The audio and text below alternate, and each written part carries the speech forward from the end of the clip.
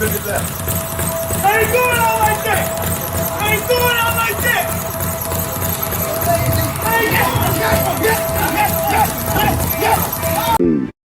You know, I remember him sleeping on the sidewalk waiting for us to get to the gym to open it.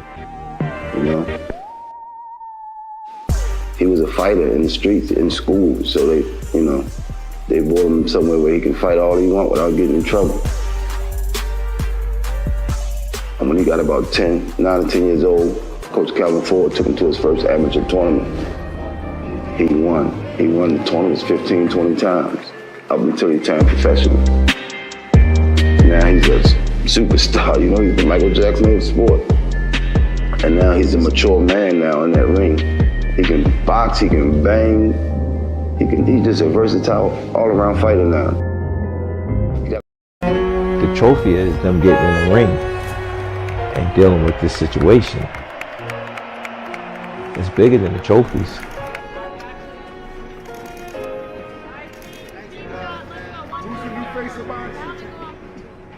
How would I say, when you're on that level, and I don't know how he think, he hear you, but he don't hear you, you know.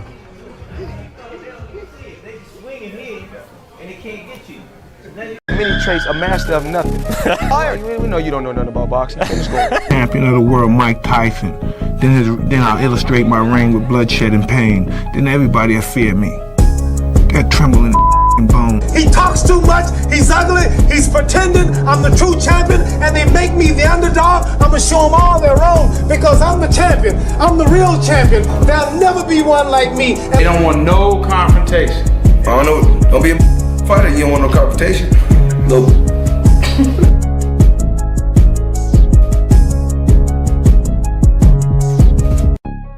Friday night, it's 10 o'clock. Y'all know what that means. Time to talk this boxing shit with the angry white man.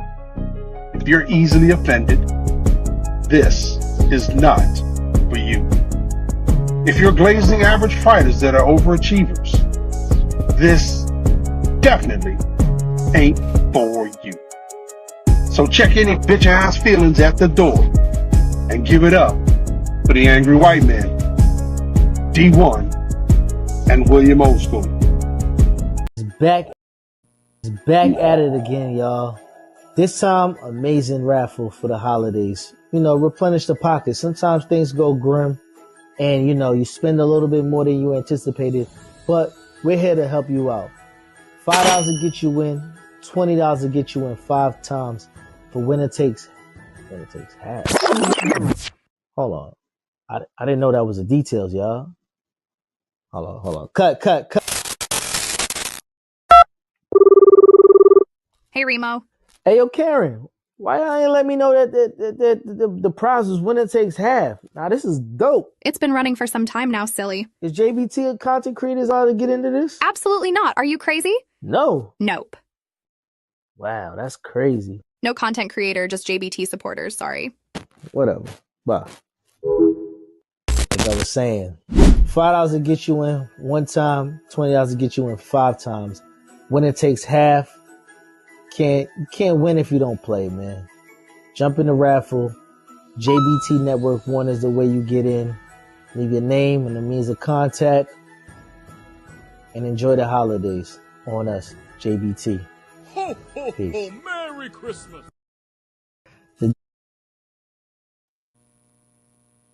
Yo, Remo is talented. What up, people? What up? What's popping? It's another Friday night. It's another edition of this fucking Angry White Man Boxing Podcast. I'm the Angry White Man. That's my player partner, William Old School. What's happening, OG? What's good? What's good, everybody? Man. Shit, man. Just getting it together. Yo, fucking YouTube took Tim Layton's wrench. That shit's crazy to me. How does that even happen?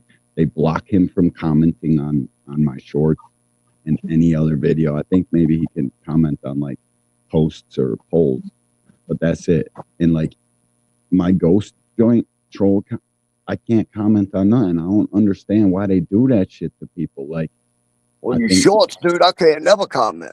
You can't? I can't comment on your shorts. You're fucking I've 50% been told of you the that. I just thought you didn't, you know what I mean? It just is what it is. No, I can't Now I comment on the remember. shorts at all. Wow. You know why? No, I don't.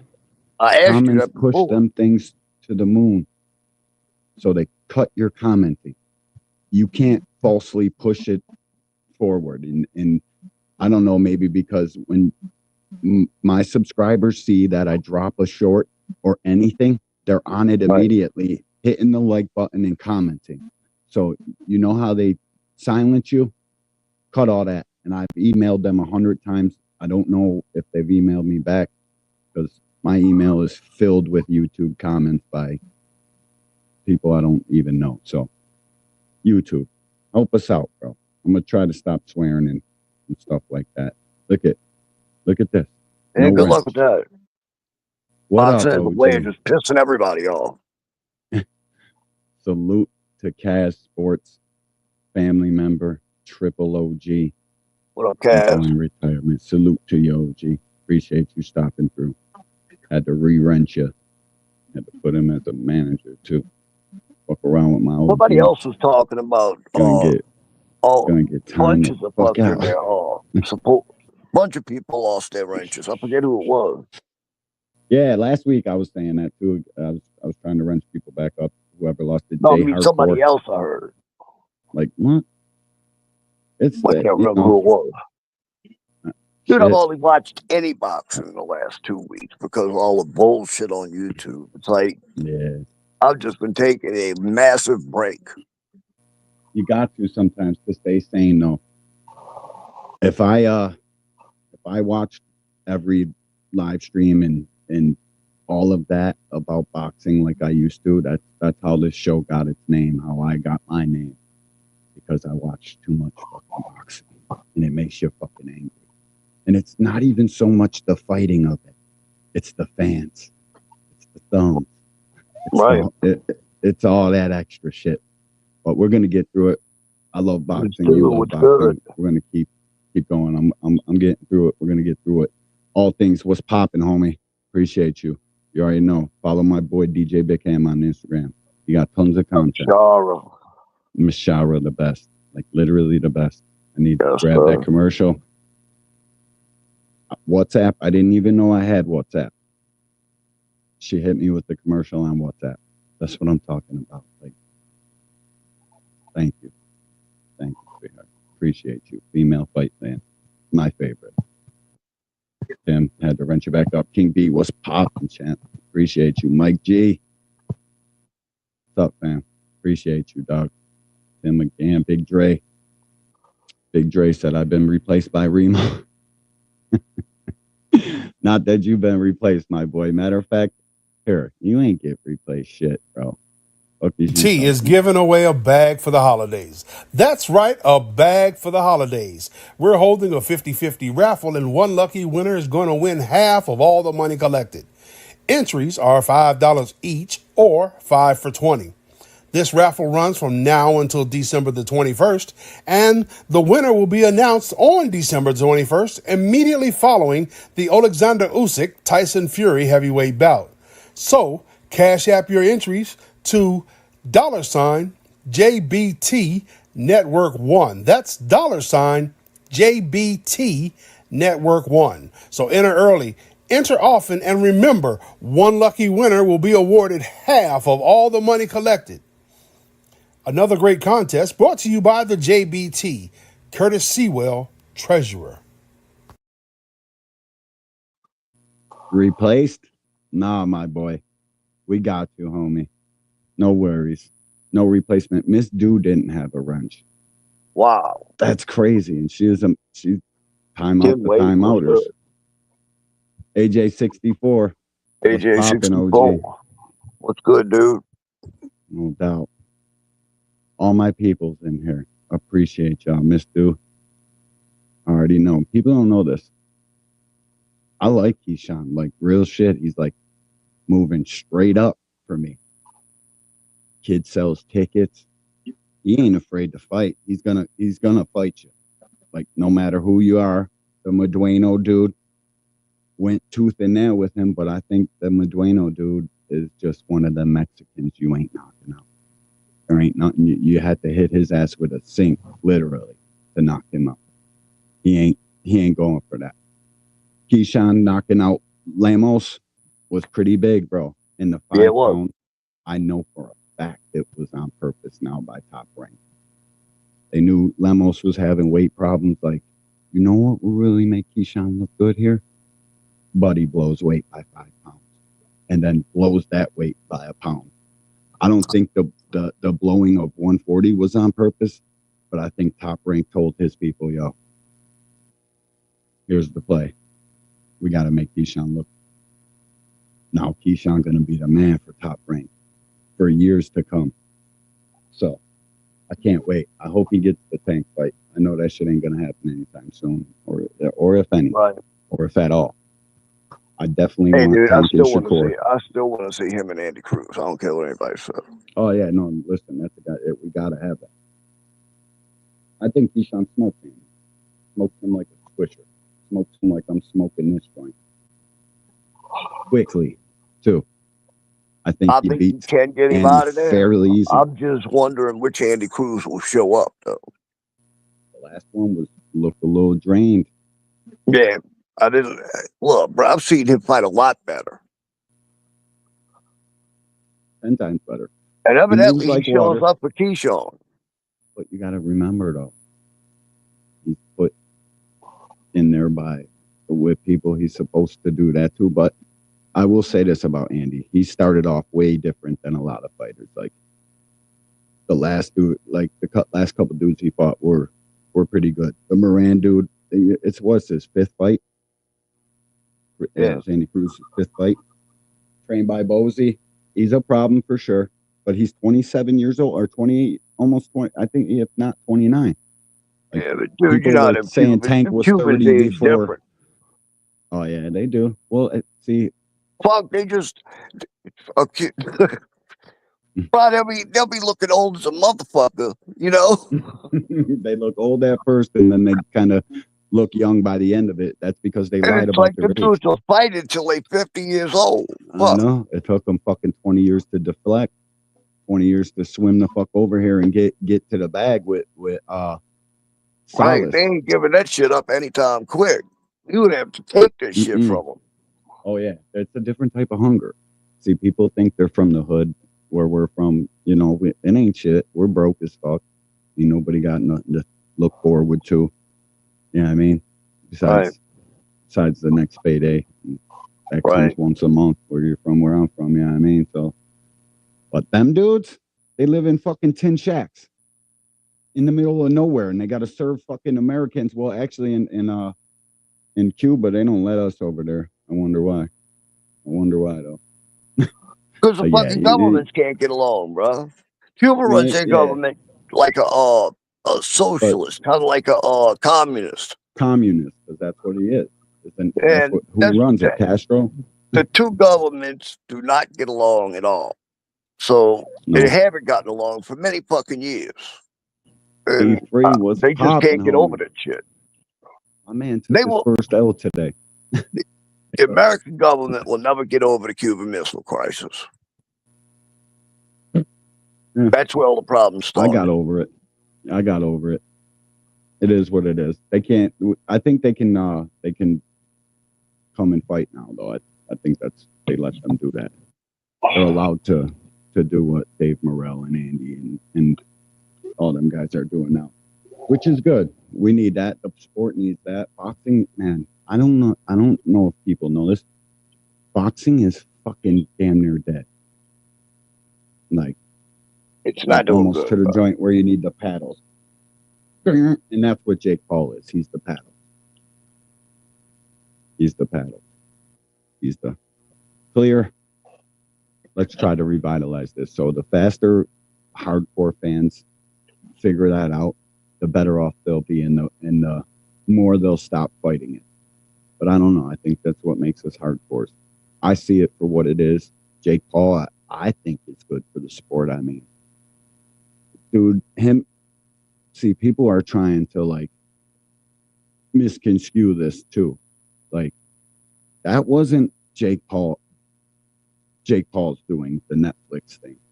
That was 58-year-old Mike Tyson, last hurrah against a possible threat. People like Jake. He's uber popular, so why not? You know what I mean? But that's Mike. Them are Mike's numbers. That's all Right. All of that. I mean, I'll give Jake a couple million of it, I guess, like 5-10 million of it max. But the rest of that shit was 58-year-old Mike Tyson. The mystique and aura that guy has. Everybody who's anybody knows who the fuck Mike Tyson is.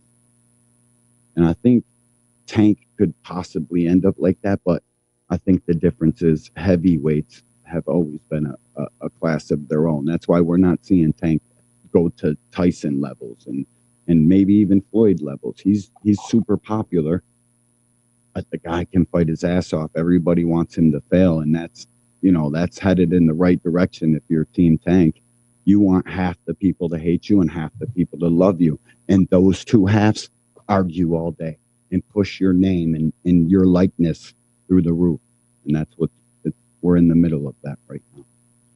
Well, let's face it. Tank. What do Tank people did, do online? Tank did something a lot of these young fighters don't do. A lot of these young fighters get successful. They learn how to fight one way. They try to perfect that one way. Then when they finally get a belt, they quit learning. They stick to what. Then when they lose, they don't know anything different. So they're not, it's rare that once a guy loses once or twice, he ever recovers from it because he only has one style. Yeah, you're right, Marquis. Appreciate you, champ. You already know what time it is. AMC, FSG.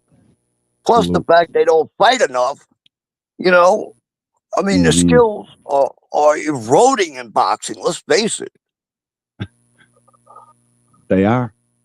I mean, how you going to bring people in, even old timers that love boxing, bro? How you going to bring people in when the skills are going and these guys are starting to look terrible? And how are you going to attract new people with that kind of shit? I don't know how you stop it, and I think we're getting like everybody wants to put it on the popular guys. This generation that we got now have to fight each other, and everybody blames it on Tank. But I don't think it's all Tank. I think behind the scenes, that kid is trying to make every fight happen that's possible, that is profitable to all parties involved. This is a business first. Let's remember that. Second and third too. Maybe fourth, we'll start calling it a sport. After that party's happy with all of its financial gains, that party's happy with all of its financial gains, and these two parties are happy with all of their financial gains. Ain't nobody got in this to not make money. And yes, certain people are high risk, high rewards. Other people are low risk, high rewards. It just is what it is. That's where the boxers come in and start marketing yourself and fighting and making yourself a bigger name. You know what I mean? And that's when fights get made, when all of these people are happy. And these guys got to want to fight each other on the fucking internet and behind closed doors. Because I don't think that Tank is just over here cool with all of you people fucking talking shit and he's not trying to make fights. I don't buy that at all. I know, matter of fact, I know he's trying to make the fights. There ain't no way. Ain't no way. We need these guys to want to fight each other and start making boxing great again. Like, for real. Or else we're going to get... Look, I think a big part of the problem is the promoters, dude. Promoters get these guys, they get them to a belt, and then they don't want to put them up against people because they don't want to lose. They don't want them to lose because then they're finally making money off these kids once they get to a belt. So when they get to the belt, you got a lot of dodging. You know, a lot of matchmaking, a lot of hey, wait, ooh, let's I take it back to Deontay Wilder I take it back to Deontay Wilder and AJ, bro. I sat there and watched Eddie Germ lie through his freaking teeth, keeping AJ away from Wilder. I mean, he said every lie in the freaking book, and then he wouldn't remember his lies. So the next 2 or 3 videos later, he's ratting on himself. Bro, why the easiest thing to do is tell the truth and be yourself. Can't remember the shit you was lying about yesterday, dog. You just can't. Nobody can. Eddie Germ especially. I worry for the kids that signed with Eddie. Yeah, Boots, Shakur, because people may think, like, I troll Shakur heavy on that. And if anybody ever sees me on that app, literally do not take a fucking word serious that I'm saying. I am trolling 90% of the time. If you know me, you'll know when I'm not trolling. But take that shit as troll, because that's all it is. It's for jokes and poking fun at each other. People take shit way too serious, bro. For real. I tweeted Kendrick Lamar's album was corny. I lost 15 followers. Damn. It's bizarre, dude. I forget. I'm older. These are younger kids. They don't, you know what I mean? Right. You know what I'm saying? But these guys got to want to fight each other. We got to get boxing back to the forefront. Like, for real. I just remembered what we were talking about. But we got a whole bunch of clips here. I'm going to get through them. I don't even know if I'm going to play them all. But the David Benavidez and David Morrell fight, that's the kind of shit we need to happen. And, like, that's why I said it. I think Tank is definitely trying to make these fights happen. Why the fuck wouldn't he? There's not even a real threat. Take your hate out of it. If you look at it just for fighting, just for the fighting aspect, you know inside your little heart that there's not even a real 50-50 with him. I mean, unless you really love pure boxing, you think Shakur is that good of a boxer. But his last 2 outings, you can't tell me you're comfortable saying that's a 50-50 fight, because it's not.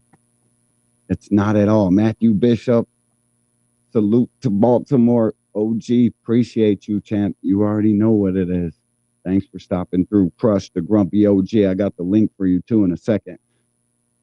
Crush, what's good? I gotta drop the link for the grumpy OG. He told me earlier in the week. We'll get through it. I gotta play these clips. We gotta have more of this David Benavidez, David Morrell shit in boxing. Like, the way David Benavidez steps up and makes that fight at that time. And, oh, yeah, I gotta say, my bad about the PBC talking shit. And they don't like each other either. No. We'll get into it, but my bad, PBC.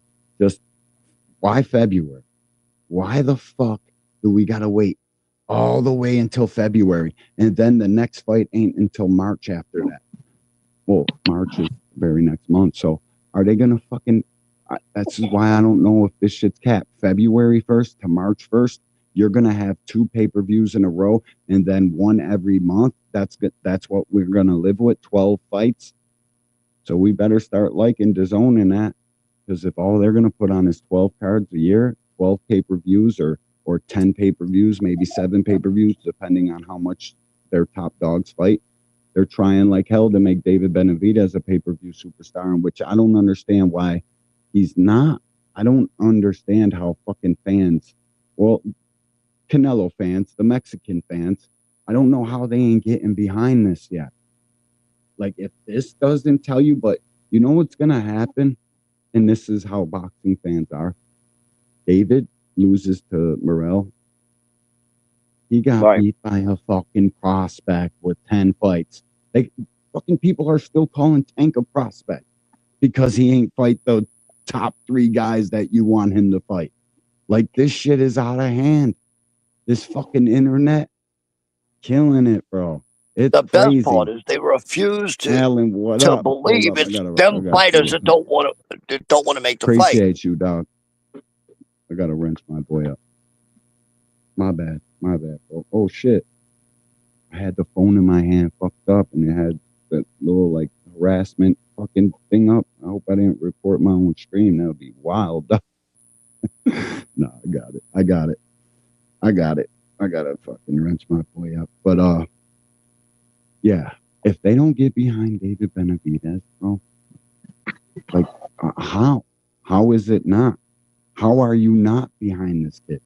I just don't understand. For real. I really don't. How can you not get behind this kid?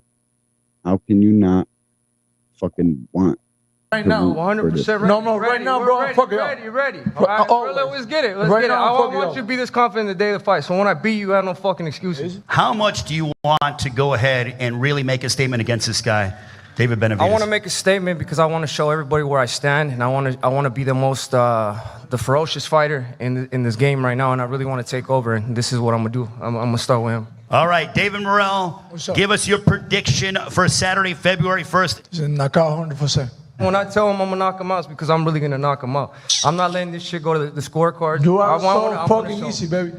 I'm gonna show him. We're gonna see February 1st. We're gonna see. Man, you need to go today. It's not even his fucking turn to talk. It's my turn to talk. What are you talking about? What are you talking about? Tú tienes que entrenar con leyenda cubana para lo que te viene ahora, papá. Shout out Jay Hardcore. What's up, Podfather? Appreciate you, OG. You already what know up, Jay? It is. I hit you with a wrench, Allen, too. Appreciate you, G. You already know what it is. Jarrell, what's up, homie? What's up, Ja?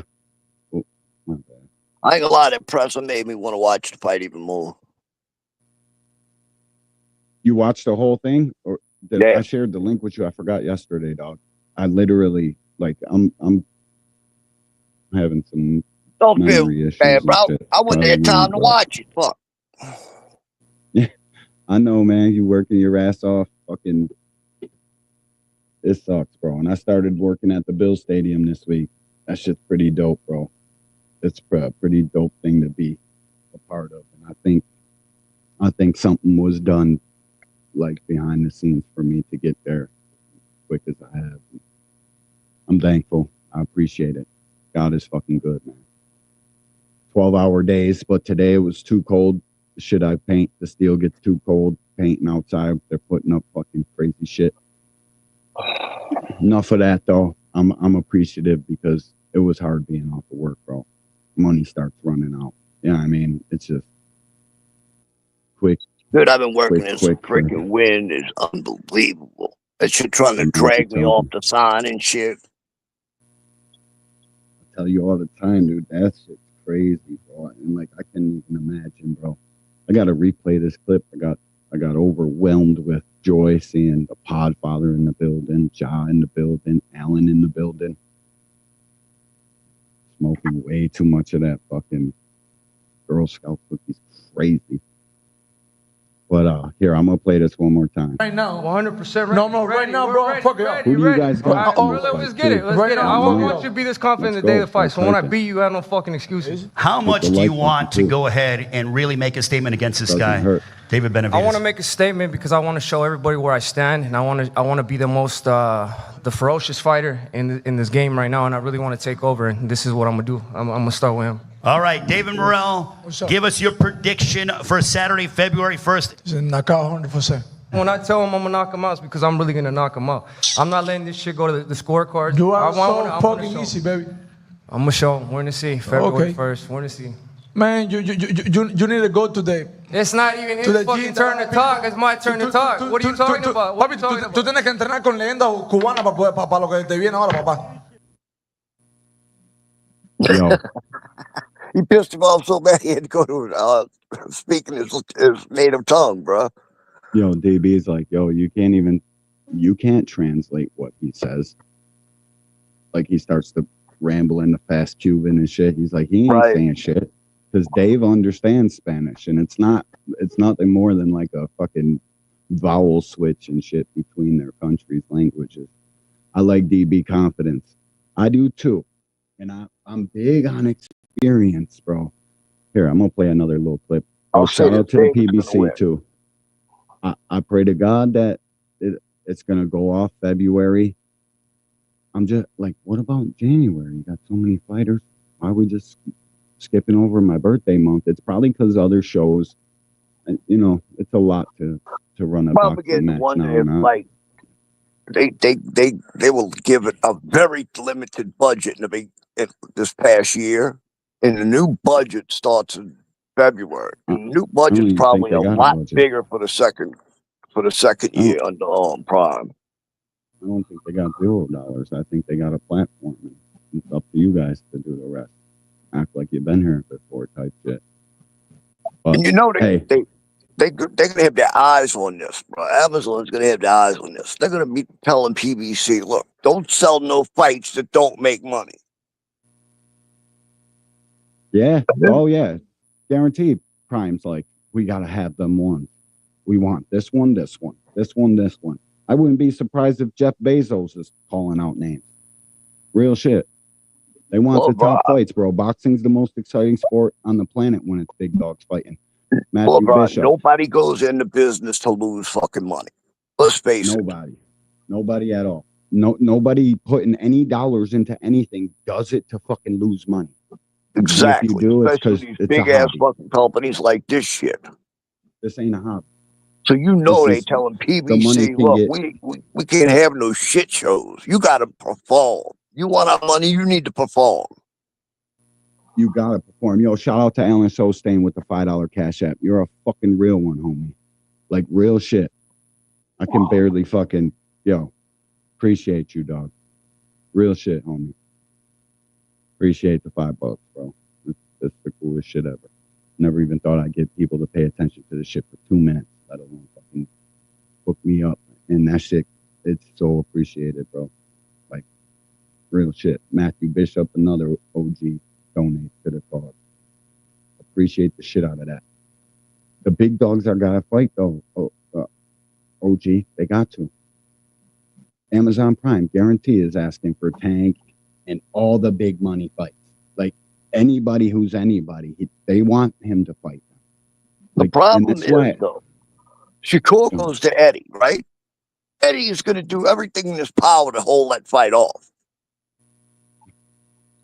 Until Shakur looks really good in the ring, Eddie's going to keep Shakur away from freaking Tank, and I guarantee that.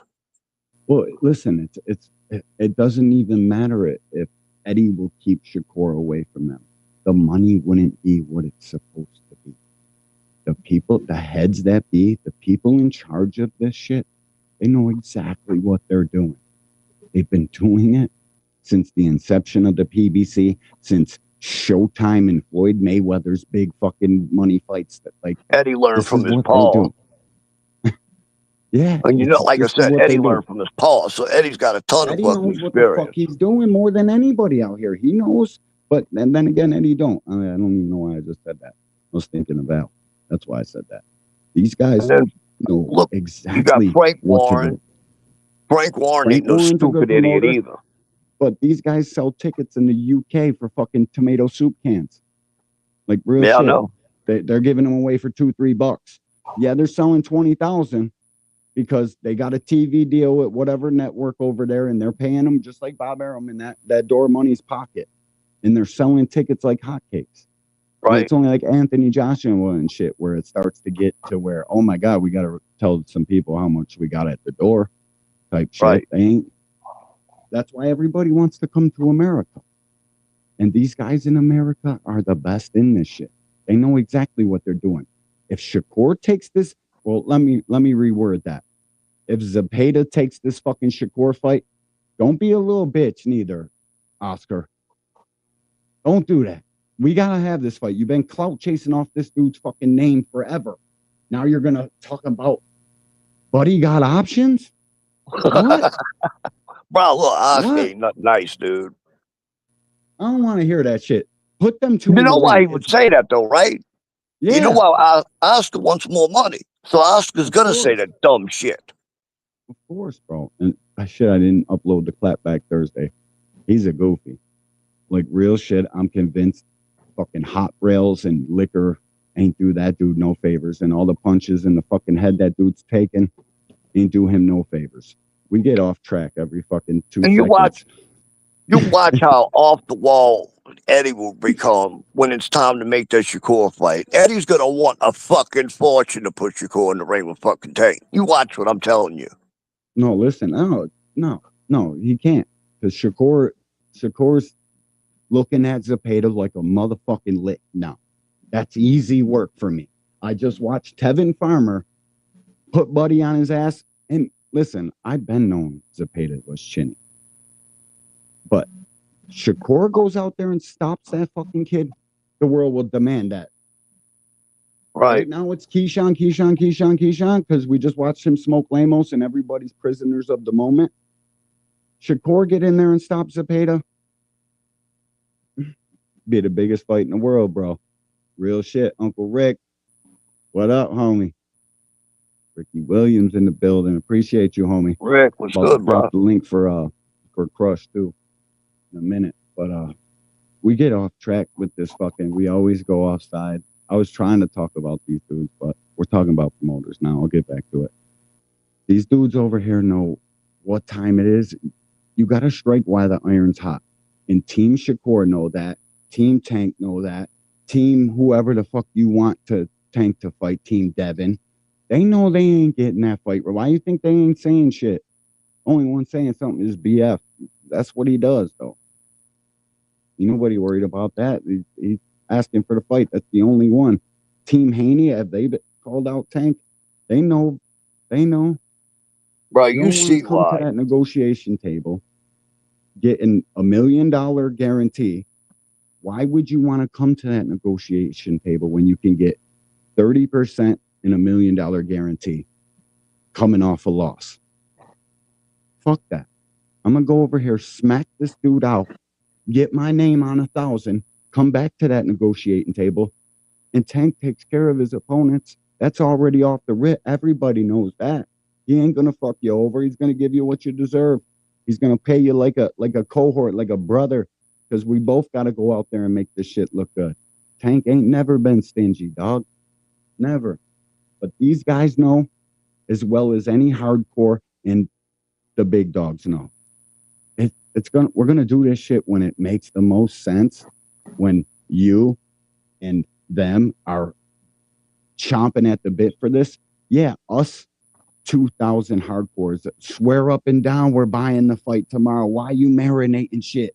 Fuck this, fuck boxing. They ain't worried about our buys. We're gonna be there no matter what. They're gonna do this shit when the casual cares, when the money's best for all parties involved. You just gotta be patient as a boxing fan, real shit. And I think Tank is 30. He's coming into that. He's tired of waiting for these dudes to perform to get a paycheck. So Shakur or Zepeda, take that fucking fight. Like, stop playing. If you're who I think he is, I think he wears Shakur out. But I've been wrong before. Right. I don't think Shakur will fight like Tevin fought. Not at all. I don't think that's even. It's just not it. He's going to get hit by like 10, 15 of them punches because Zepeda throws easy 100 punches every single round. It don't even matter. I mean, he got caught with some stiff ones, and everybody's like, Shakur punches harder than Tevin. Not lately. I seen Tevin stun Murataya. Did you see Tevin Farmer Murataya? Or the Tevin and Zepeda fight? Did you just see that? Huh? I didn't Did you see the Tevin? Did you see the Tevin Farmer? Yeah, I saw it. Okay, he's chinny. Did you see Tevin Farmer and Raymond Murataya? Tevin Farmer stunned him, and he knocked the dude out before that, I think. And Tevin ain't never knocked shit out. I think the couple pounds in the snack and whatever pack he's on got him punching a little bit now. So I don't know. I don't think Shakur gonna look like as good as Tevin did. But maybe I'm selling his boxing skills way short because he beat up Jamel Herring and a couple other guys, Yoshino. I don't remember because it was. All I know like is every other bit of boxing I've ever watched. I better never see another Del Santos fight out of Shakur. That kind of fight out of him again, bro. I won't watch him if he does. I was on Knockouts panel the other day, And dude was saying, I forget his name. He was saying that he loves the De Los Santos fight. I said, "Oh, fuck out of here." Oh, he gotta be a young boy from New Jersey. Like, you what? You like that shit? That wasn't even pure boxing. That hurt my soul to watch that shit. I was pissed off. I fell asleep, woke up twice before that shit, get it on, wide awake, and watch that. Like, come on, bro. No wonder fucking Team Tank ain't making that fight. You want to blame everything on Tank. Why the fuck would they want to get into a fight they can possibly lose when the dollars ain't going to maximize because this fucking dude can't handle his end of the bargain? Like, you don't even make no fucking sense. You dipshit fucking boxing fans. You casual fuckers. Like, for real. It don't even make no goddamn sense for the big dog to come and bless you with a fucking lottery ticket when your fucking chips are down, when your stock is at its lowest. Go get your fucking stock up, handle your part of this fucking deal that we've entered into because of who our fan bases are. Like, automatic. That's why I don't even know if these guys get the fucking fights with my logical thinking ass. I can't. You got to go perform.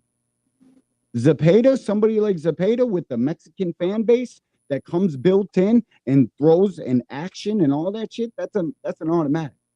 That's a no fucking brainer. They might have already stole his ass from Shakur because now he beat up Tevin. Like, real shit, bro. Bro, think about it. His stock is down. Every dude that holds a title at 140 is one true boxer with a solid punch away from losing. Every freaking one of them. Every one of them, dog. Cash, what up, homie? Appreciate you. Shakur versus Tevin. Teal, look, bro, Teal, all he's got to do is get in the ring with somebody that can box and has a little bit of a pop, and Teal's getting wasted. Teofimo? Yeah, but he's just not that. Ever since that freaking Cambosis fight, he lost his confidence. And there's times I watch him with no motherfucking confidence at all. When he figured out Josh Taylor wasn't a threat, is when he came to life. But in the first part of that fight, bro, he was so cautious. I mean, go back and watch how cautious that dude was. Mm-hmm. I mean, gotta perform. That, and we seen freaking what's his name lose too. He won just recently. Matisse, yeah. Nobody even mentioned that. I seen the highlights of it because it was like a pay-per-view of fucking God only knows who. Maybe it was Triller. But how dare you ask boxing fans to pay a fucking pay-per-view for that? I hope they know 10 people watched it and 9 of them stole it. I didn't have my Fire Stick that era. I would have been, that's me. Give me that shit. Freebie. But taking it. Only fights I'm paying for. Fights that deserve it nowadays. Fuck that. I don't care. But he showed that he's very beatable. You know? Get your shit. Yeah, he's very beatable. Sabriel, but I don't think he lost to Caro. I think that's a fucking... People need to go back and watch that fight, but nobody fucking seen it, so nobody cares because everybody's just a fucking Devin Shakur casual, Tank casual. They're not real boxing fans. They don't watch every fight you and I watch. Like the joint on OTX right now, I should fucking probably have that on. Actually, that's a good ass 154-pound fight, but gotta do this show. And here, I got this. I can't fucking remember a goddamn thing. Oh, I remember now. I was reading this. Listen, Shakur's not ducking him. He can't be. He's out on Twitter talking mad shit. Every fan that is anybody. I don't think it's Shakur. I think it's his people. They think it's an easy fight. Oh, maybe.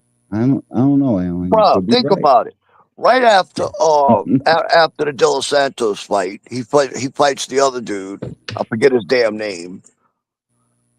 He looked terrible in that fight. You know, after that fight, the Artem fight, the first fight after De Los Santos. Yeah, it's Artem Hartounian. There was nothing impressive in that fight for me, bro. And his team seemed to know that, because that's when the shit came out about Tank trying to talk to them about making the fight, and his team was not ready for it. I think his team knows he's not ready for that fight. I think Shakur wants to fight. I don't think his team wants to fight yet. Yeah, but Zepeda they look at like a lick. There's no way they don't. Turkey wants that fight. Team Shakur looks at Zepeda like a fucking lick, bro. Guaranteed. They just seen Tevin Farmer and everybody who's got a fucking pair of thumbs talking about Tevin won that fight. He won 3 fucking rounds, and one of them was the round he knocked the guy down in.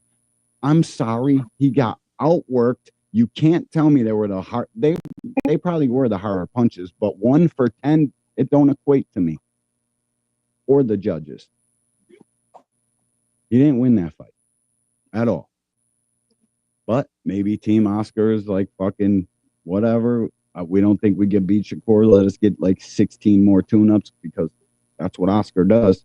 And Oscar was over here diva shit talking about and a Zepeda and Shakur fight. How long you kept Jamie McGee fighting trash cans? Yeah, right. Yeah, that's what I'm saying. You know, he'll have you fighting tune-ups to your fucking. You can't fight no more. Real shit.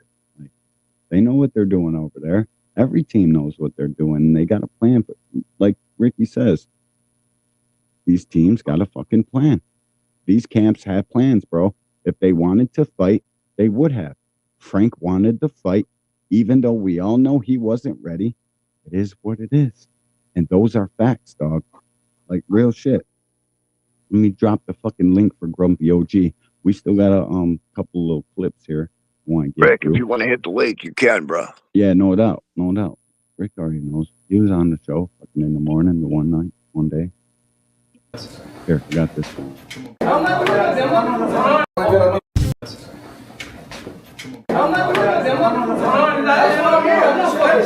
think you are? You think you're scary? Who the fuck do you think you are? Vamos, sí, por eso estoy entrenando duro. Por eso estoy entrenando duro. Para quebrarle la pinche boca. Vas a ver, tú vas a mirar muy bien. 3, 2, 1. Like, I don't know how much this is for the cameras and how much of it ain't. You'll see.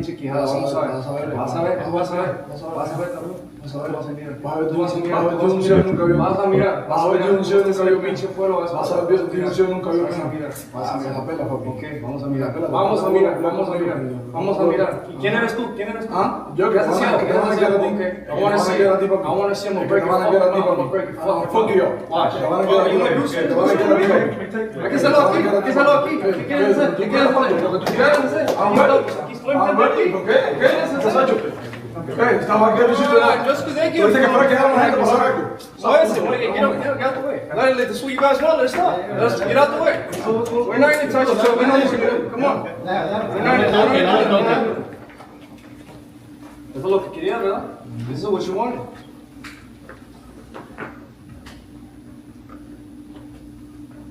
We're good. Good? We're good. Bro, he tells the dude, like, in the other clip, that this is what you wanted, right? And so now let us go. So I kind of got the thought that it could be all for the cameras. Right. But then again, I know David Benavidez wants to fight, and he wants to prove he's the best. Yeah, I mean, well, he's been hearing for a straight year about David Morrell, dude. He's been listening to everybody wanting that fight, talking the shit, you know. And they've been called ducks for it, because remember when they said they had the contract done, and we had them all on tape saying that shit. Everybody on YouTube, Boxing was talking about that shit. Yeah, right. They said talking about calling David a duck for that shit. Yo, I dropped the link too. I think I did. Oh, there it is. There it is. There it is. Oh, let me pin it. Right. Let me pin it.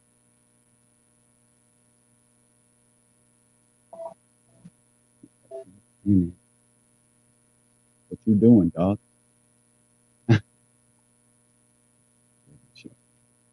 Yo, I pinned the link, and Crush, links for you, preferably. It's for Rick too. Anybody who I wants got to a come up here question. and talk shit.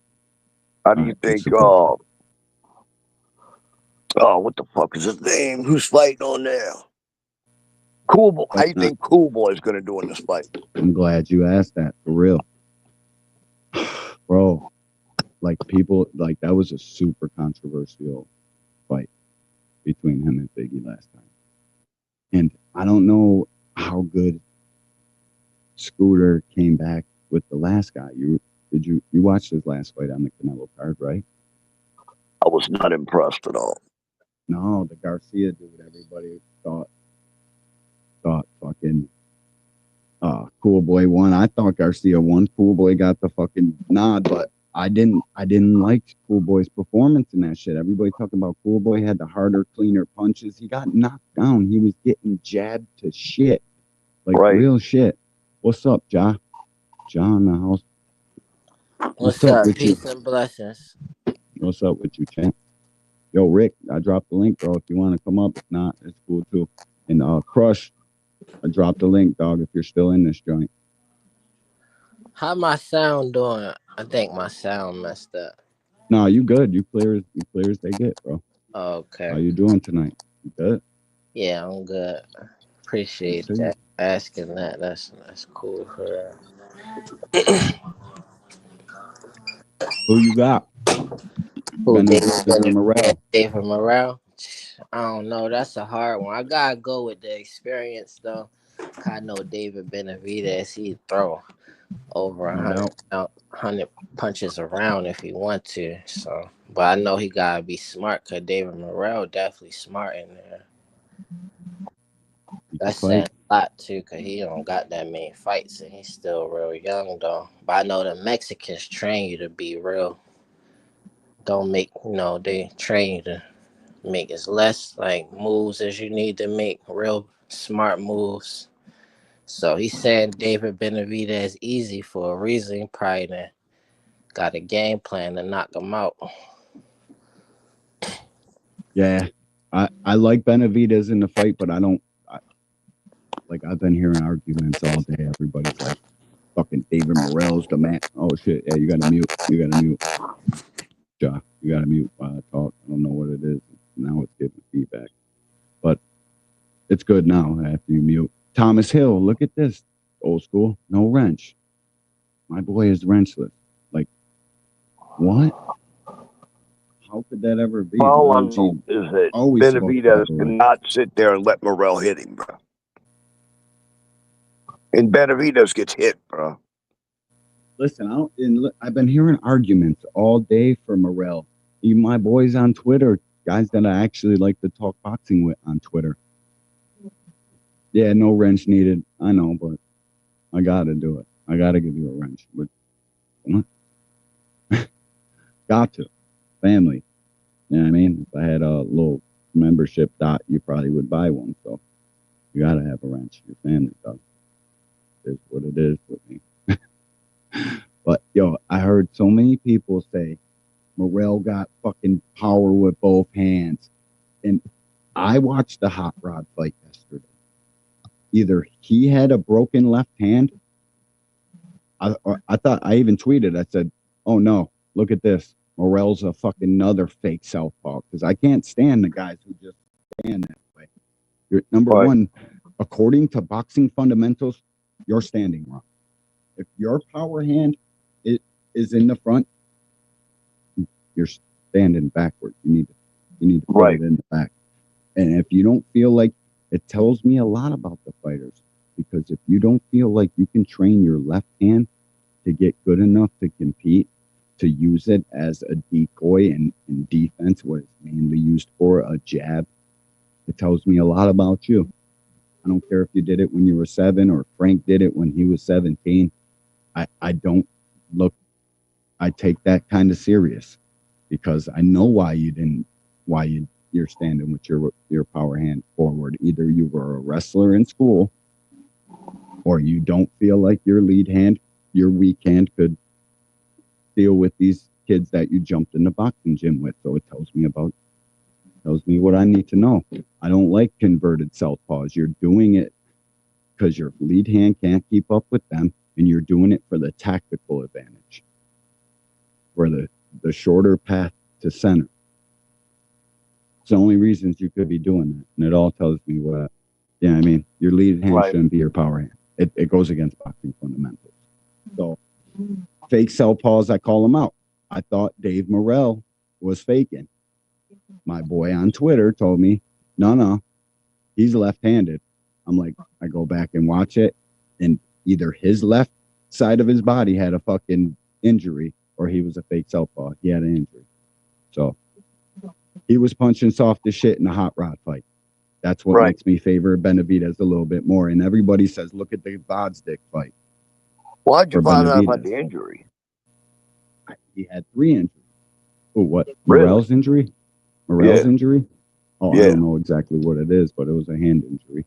And he couldn't punch as hard as he possibly could. So tells me a lot. All right, he ain't knock Hot Rod out because he was, and he didn't even really fight like himself in that fight. I watched it twice since then. Well, if you got a hand injury, you're not going to fight like yourself. No, never. Why would you? You can't. How hard are you going to be able to punch with your hand that's broken, or any sort of ailment? And believe you me, 90% of fighters are hurt 100% of the time. There's never a time when they're injury-free when they go into a fight. That never happens, ever. There's no way. Right. You know what I mean? These guys are oh, no, bro. If I got a hand injury, I don't know if I'm going into the fight like that, because I want to be able to get my 100. And if I can't hit you, what the hell am I doing in there? Boxing dates are far and few in between. If you cancel this fight now, you know what I mean? Don't know what's going to happen. Yeah, but God forbid it's on such a big platform. I know, make an excuse, whatever. Cancel the fight for whatever the reason is, whether you think it's a good reason or not. The people on Twitter don't care. They're going to be fucking going ham no matter what anyway, so. Yeah, because look, you come out and you tell somebody you're injured after the fight, oh, there's the excuse, you know? Exactly. Everybody fucking thinks it's an excuse. And an excuse is something like, you know what I mean? Like, it's that's why I'd rather cancel a fight than have to go through that bullshit. Giving you reasons are not excuses. If you're injured, that's a reason you don't perform to your best. But fans nowadays on Twitter, that's an excuse. And everything, it doesn't matter what it is. They're going to fucking troll anyway. So make the best decisions for you. I wouldn't cancel my fight nowadays, but if I can't punch you, that's a reason to not have a fight. Exactly. And with De Los Santos, if I'm Shakur, if I'm really hurt as bad as I say I am, I don't go out there just because I think I can defensively win. That's why I don't know if I totally buy it all the time. I think you can go in injured and re-injure and do all that shit. But cancel the fight then. Stop. Don't do it. If you're going to look like shit, cancel it. But then again, I know why they don't. So both sides of the fucking coin there. It sucks. You're caught in a catch-22. These things are the worst thing to ever happen to fucking humanity. I know that for a fact. Like Twitter and all of these places to criticize athletes when you can't fucking get up off the couch and run 2 fucking miles right now if your life depended on it. Or you never got up off this fucking couch to punch that bag.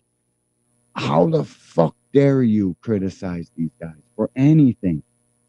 It's crazy to me. It's willy fucking nilly nowadays. It don't matter. They're just got an opinion.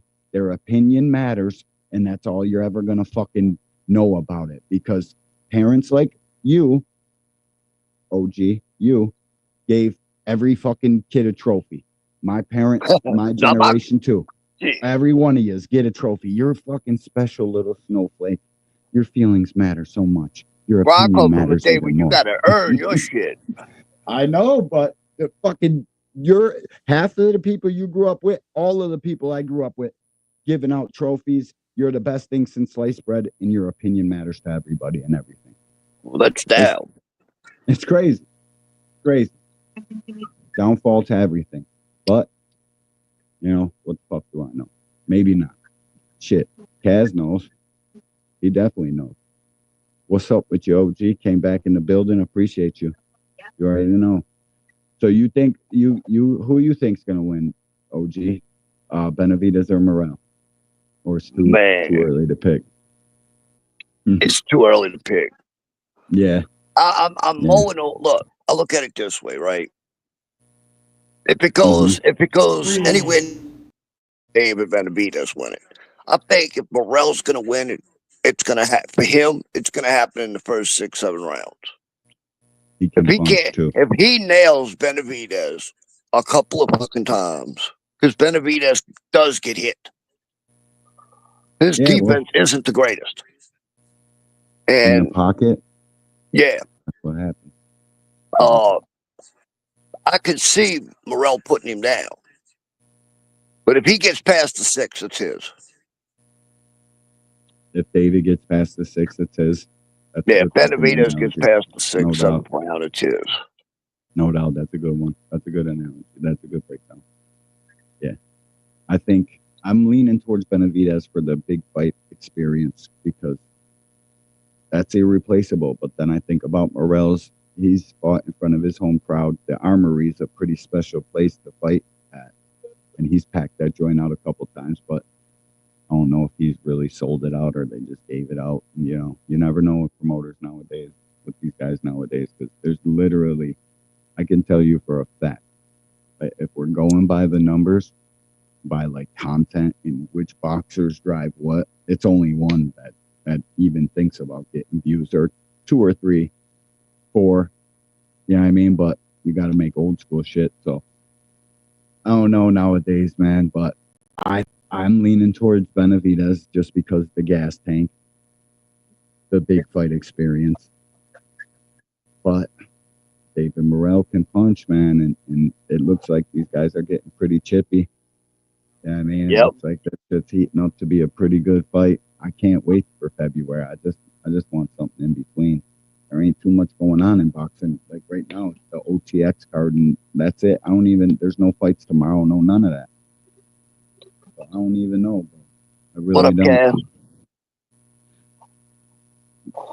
Allen got Benavidez. If I had to bet right now, I mean, my tweets say it. So I stand on what I say. I would lean towards Benavidez, but it's a true 50-50. Like, there hasn't been a true 50-50 since Errol Spence and Crawford on paper. But now looking back on it, everybody was an expert. We knew Crawford was going to be, but the betting odds said that too. So this should actually be a really good action-packed fight, dude. No doubt it should be. I dropped the link for you, Crush. If you can come up, you can. If not, you can't. It's all good. But it's a true 50-50 fight. I'm about to check what the odds are, the betting odds. Hold up. What are the odds between David Benavidez and David Morel?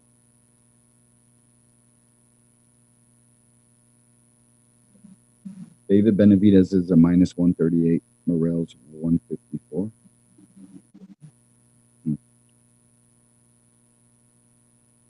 Yeah, that's crazy. That's a 50-50. Morel by decision. Yeah. They're going for Benavidez. Benavidez is the slight favorite, but it's a good 50-50 fight, bro. It really is. I can't wait for it. But from now till then, I don't even know about any other boxing cards that's going on. Tank in March, that's after that. I ain't hear shit about nothing really. No big fights being made. Zepeda and Shakur. Zepeda's fucking acting like he's got options now. Everybody's mad, even more mad at the Lamont Roach fight. I ain't gonna lie, I am flat out dumbfounded on why it's got to be March, bro. Hey, man, maybe. Can I ask a question or a couple of questions? Yeah, see what y'all take is on it. Please. So all right, I want to ask, I don't know, 2 or 3 questions. Like, so one is like, what's a bigger fight in boxing in the modern times other than like Tank versus Bud? What's a good reason? Like, what would if they did fight? what would be good for boxing? Like, what's good about that fight? You cut out. I didn't even hear who you asked to fight. Tank and who? Tank versus Bud. Like, what's a bigger fight in boxing in modern times besides that fight? Like, what's a bigger fight? Tank and Bud would be a huge fight. Like, that's a humongous fight. People would be shocked it was made. Yeah, but Bud what could never even get close to the weight to fight Tank. No, yeah, they could get close enough. Tank would have to move up, but yeah, it would never happen. But he's asking what's a like good it. fight? What's a good reason for boxing to make that fight? No, there ain't one. There's Tank no can fight anybody he wants. There's not, there's very few things in life that would make them say, "Hey, fucking Terrence Crawford's over there. Let's possibly go get knocked out, but let's try to go get this bag that we're both drawing from the same pool demographic of fans." Yeah, there's no reason. Unless Crawford like punched Tank in the face at a nightclub or something, or vice versa. That's like the only way that fight would a much bigger fight, money wise, is going to be Tank versus Monster. That is going to be a monster money fight. I think that's been the play all along. Like, I have a feeling. So, all right, so that brings up my next question.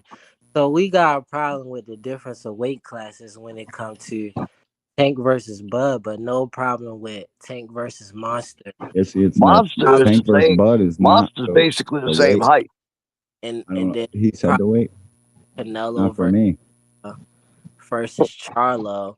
And then as far as height, like Mike Tyson, one of the most entertaining fighters of all time. Most of his fights, somebody was always taller than him. Like, yeah, that's all course of opinion. You know what I mean? So, but Tank and Monster, their weight classes apart isn't the same as Tank and Bud's weight classes apart too. Tank is only 146 pounds in the ring. Real shit. Terrence Crawford's 180 pounds in the ring. That's a big weight difference. I like that perspective, but Monster never even fought at 130 before. Don't matter. Monster's 140 pounds in that ring. They probably Tank outweighs him by 5 max. Bud got common opponents, Monster and Tank. I know. I would love Tank versus Bud. I think Tank knocked Bud out. It's a stylistic thing. They're gonna move Monster up the ladder first before he ever gets to Tank, because they're gonna make sure he's ready for Manny Tank. Pacquiao type shit. Yeah, they're moving Monster right up. Gonna grab Undisputed every weight class up, because FYI, and every other boxing fan, ain't nobody ever been down in them lower divisions. Monster is one of them ones, and them shits are walkthrough fights for him. He's fought easier competition than any big dog boxer out here. And gets crowned for it. Gets praised for it. He's 140 pounds in the ring. 142, 43 pounds in the ring. And Monster punch him, bro. I don't care what anybody says. Punch him. That dude, like, I can't take him or Bam Rodriguez serious, because I shame Devin Haney for the same shit. It's because they're doing it for a competitive edge. They're trying to play games with the scale, knock the scale out to get a competitive edge. Fuck that. I can't stand that shit. Fight like Floyd. That Bam, though. I want to see Bam versus Monster. That'd be a good. I don't like Bam. I like Bam's fighting style. I don't like what he does but the other little guys down there are doing it too, but just he does it extremely. Like, he's hydrating 7 weight classes. Like, that's crazy. I don't like that there's a weight class every 4 pounds or whatever the fuck. It's 4 and then it gets to welter 7, whatever. I don't like that. I hate that about boxing, because it should just be the OG original weight classes, the original 7 or 8, whatever the fuck it was. I think it's 7. But same day all these weight classes is just ways for them to put a sanctioning fucking body on whatever you weigh as a fighter, and then it gives so much gray area for these guys to beat the scale and not actual fighters. I hate that shit. I hate it with a passion. You're just a big dude trying to cut down to beat up this little guy that couldn't punch you in the head if you were holding his head like this. He can't even touch you. It's like the bully in cartoon shit. I don't even know if kids would get that now, where he holds the bull and he's swinging his arms. He can't touch corny as shit, bro. These dudes do it and they're good at it, and then they got goofy ass boxing fans out here trying to act like they know something about this shit when really they don't know fucking nothing. Out here capping for a dude that's an average fucking fighter at his real weight class. Fuck out of here with that shit. Because once Monster fights somebody at 126, 130, 135, it's wraps for him. But maybe not Monster. I'm just saying, one of these guys that fucking shave. And that's why you seen what you seen with Devin Haney and Ryan. Blame it on the Ostarine all you want. Blame that shit on the 3 pounds, because that's what really did it. You signed your fucking life over and gambled your fucking O away because you wanted to let him not shave all the way down to the 140. You got smoked for it. That shit was fair play to fucking Ryan until the Ostarine. Now it makes you a cheater. But that's exactly what you seen. A kid who is an average fighter at the weight he's supposed to be fighting at, boiled down to get undisputed with George Kambosos and fight at 135 to begin with. Fuck out of here with that. That kid's been a bit too big for 135 since the day he started boxing. When he was going down to fucking Little Havana, fighting at 140. That's where he should have stayed. And you would have seen what he really is. Wouldn't even have got past 15 fights. Real shit. Fuck out of here. What you think? What you think of Shakur versus Keyshawn? Like, how you see that fight going? I don't know why anybody wants to talk about it. You don't hear these dudes? They're like, we're brothers. We're happy and we love each other. Fuck off. Fuck that. That's some corny ass shit. That's what I think. I think two dudes in boxing, if you want to be brothers, you two homos, you got to get out of the fucking weight class. You got to go to 140 and you got to stay here. A lot of people think that's why Shakur jumped ship to Eddie Hearn, because he don't want to fight none of the hard fights at Top Rank. But we'll see, bro. We'll see. I think Keyshawn Davis and Shakur should want to fight each other. This is boxing. If you really were my friend, you'd help me unlock these $20 million purses behind this. There's levels to this shit. I know you hear that all the time. It ain't. People try to use it as skill. It's pay levels. Fucking help me get to this bag, because you can get 3 million down here fighting all these guys, but if me and you fight each other, we can make 20 mil a piece. What you I think? ain't got a friend. What you think about Katie Taylor for Fighter of the Year? Fuck out of here. She lost. She's a bowling ball. Get that bitch the fuck out of here and go give her a rugby. The ball. Like, for real, dog. Get the Katie fuck out the of here. Bull Taylor. Yeah. The headbutt fucking bowling ball fucking Taylor. She got her ass whipped. And it's She a was goddamn 38. shame. She did her thing. She's 38. I don't want to see it. 38? Yeah, you thought she won. It's all good if you thought she won. Yeah, I It thought doesn't- Bro, to me, look. That is the female Canelo, bro. They will never take her freaking titles. You will have to beat the brakes off that girl. Make it to where the judges ain't got a stop damn her. prayer. That's it. You You know? gotta stop her. Or you gotta stop her. That's the only way you getting a win over Taylor, have bro. to Because she's straighten the her female arms. Canelo, dude. Yeah. Amanda had her in the first round, too. I was so mad about that. Yeah, she like the For female. real. Yeah. But whoever thought she won, like Clarissa thought she won. They're talking about the harder, cleaner shots.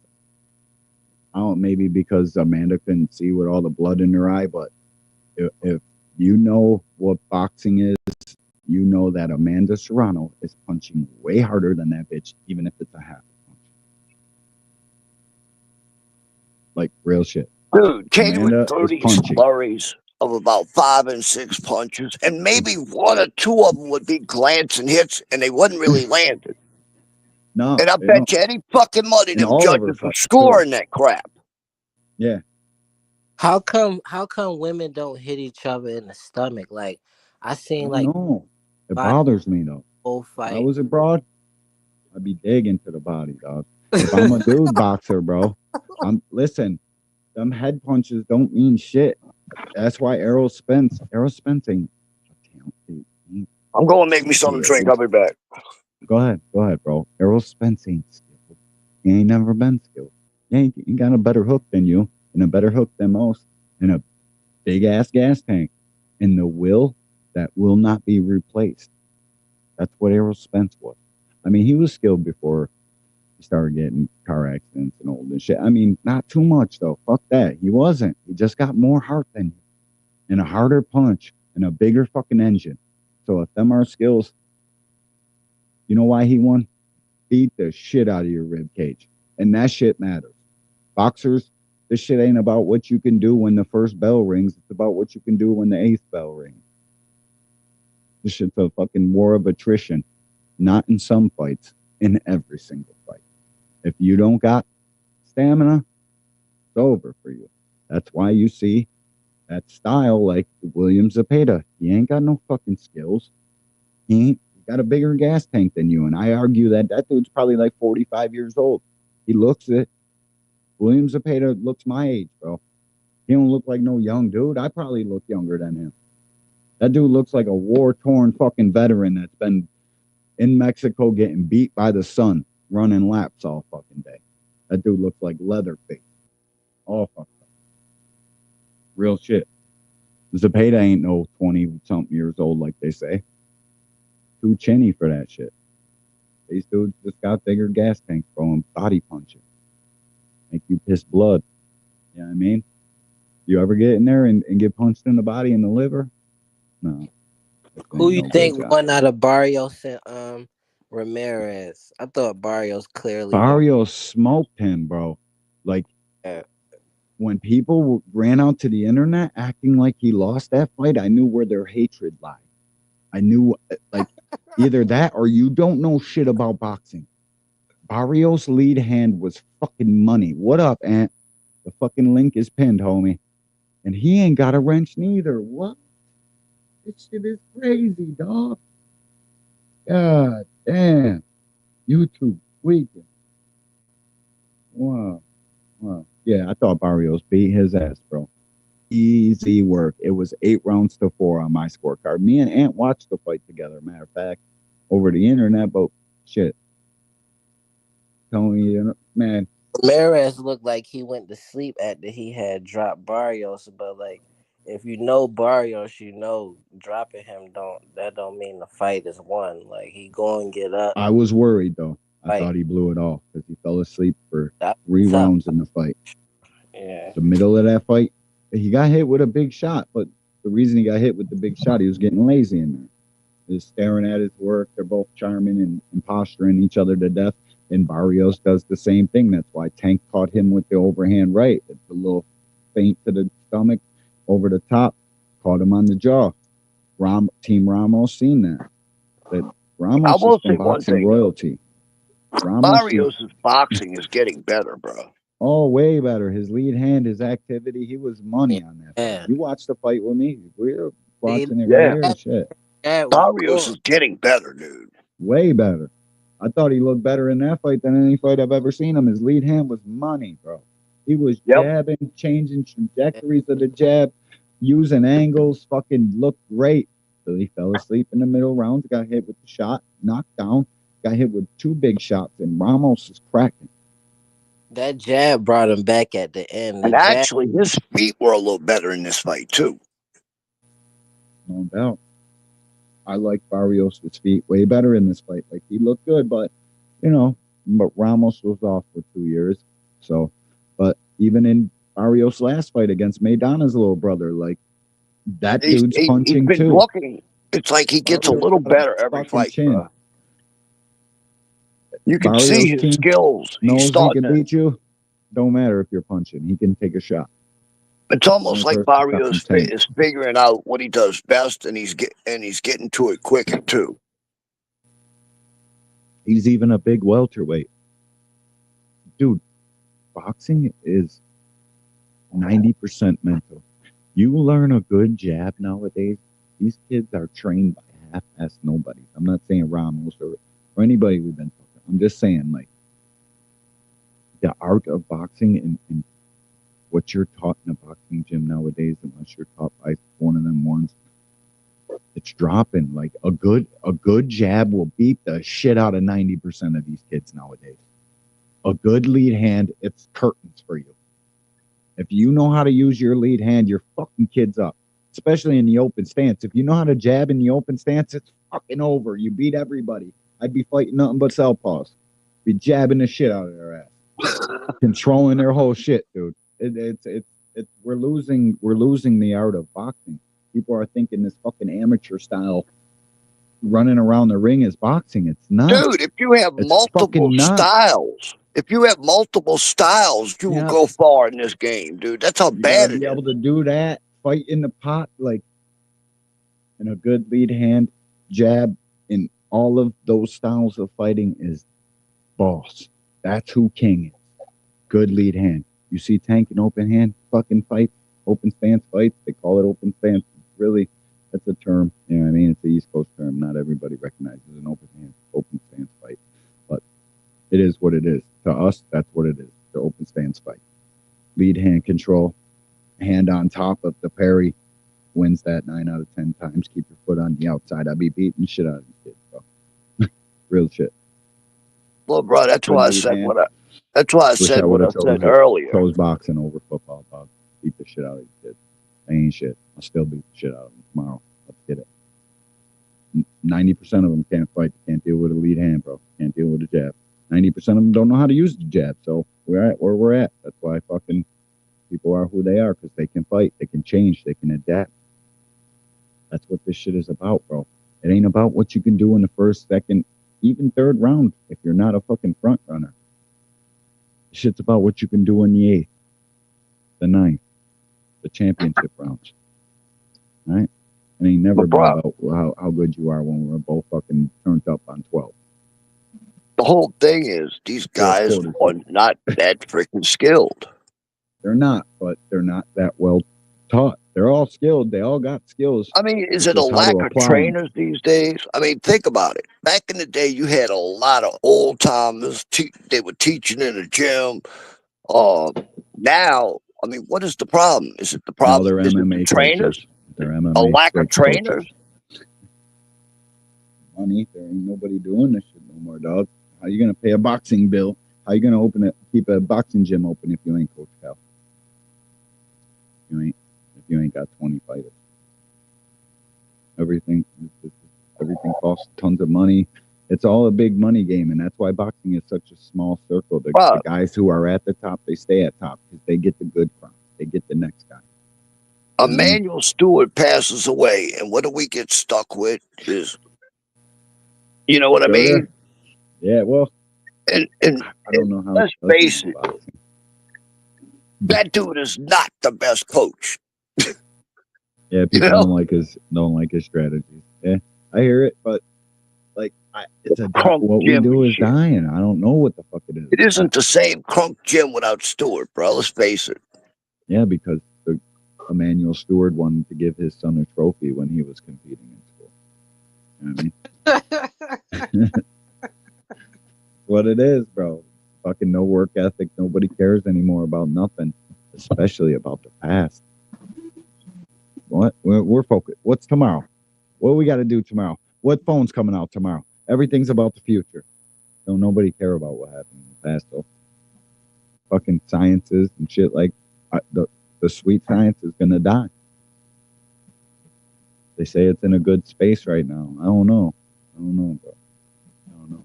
A good lead hand will beat the shit out of 90% of these dudes. So I don't know, bro. I hope we're in a good spot. I hope it lasts my lifetime at least. Or we're gonna be watching circus fights like Mike Tyson and Jake Paul. So you better be thankful for somebody like me. Well, when I think of the fact that there's no more blue duvers and shit in this world. I mean, the last real one is Teddy Atlas. Let's face it, bro. Oh, I love Teddy Atlas. A lot of people don't like it, Teddy Atlas. For a trainer, though, bro? Come on. I remember people saying he ain't know shit about boxing, like back in the days. Like my dad used to hate Teddy Atlas. He's a dick, bro. Nobody likes him. Let's face it. I've never liked that fucking dude. No, but he's the dude genius. knows what he's talking about. He does. Oh, yeah. He's right a hell of a lot more than he's wrong. No doubt. He's right a lot more than he's I used to like Larry Merchant. That was my favorite commentator. I like Larry Merchant too, but he said a lot of racist shit, bro. Yeah, he did. Yeah. But he'd always tell these dudes what time it was. Like, Floyd, you're fighting a fucking guy you pulled up from fucking 140. What are you talking about? Floyd want to fight fucking in the other dude with the dipshit haircut. You know what I mean? What was his name? Brian something. Yeah. But yeah, boxing's getting lost, bro. Thank God for people like fucking Coach Cal and Kenny and shit. A lot of people who think they're hardcore are casual. You can tell as soon as they open their mouths. And listen, like, I'll do this every so often. Panel too, bro.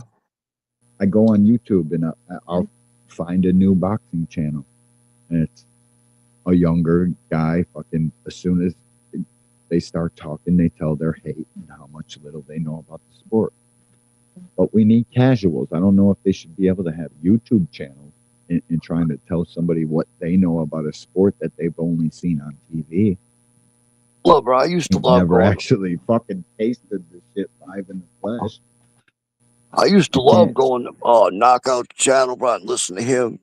But dude, when I sit there and listen to some of the people on his panel, bro, I'm just pulling my freaking hair out. Knockout knows boxing more than most of the people in the gym. Yeah, but do you listen to some of the people that get on his panel, bro? They are complete fucking idiots. Well, fucking who? Boxing hacker? Boxing hacker? Oh God, dude, boxing hacker is the worst. You can hit boxing hacker with all facts, and that dude will pull up his fucking Roberto Duran story in a fucking heartbeat. Yeah, it's crazy though. I can't even go and get beat at every argument and just keep showing up to the party and shit. Every argument Roberto Duran comes out of his freaking mouth. Terrible. Terrible, bro. And it's just people show their love. You know what I mean? It's the love or hate that you got for whatever boxer it is you root or don't root for.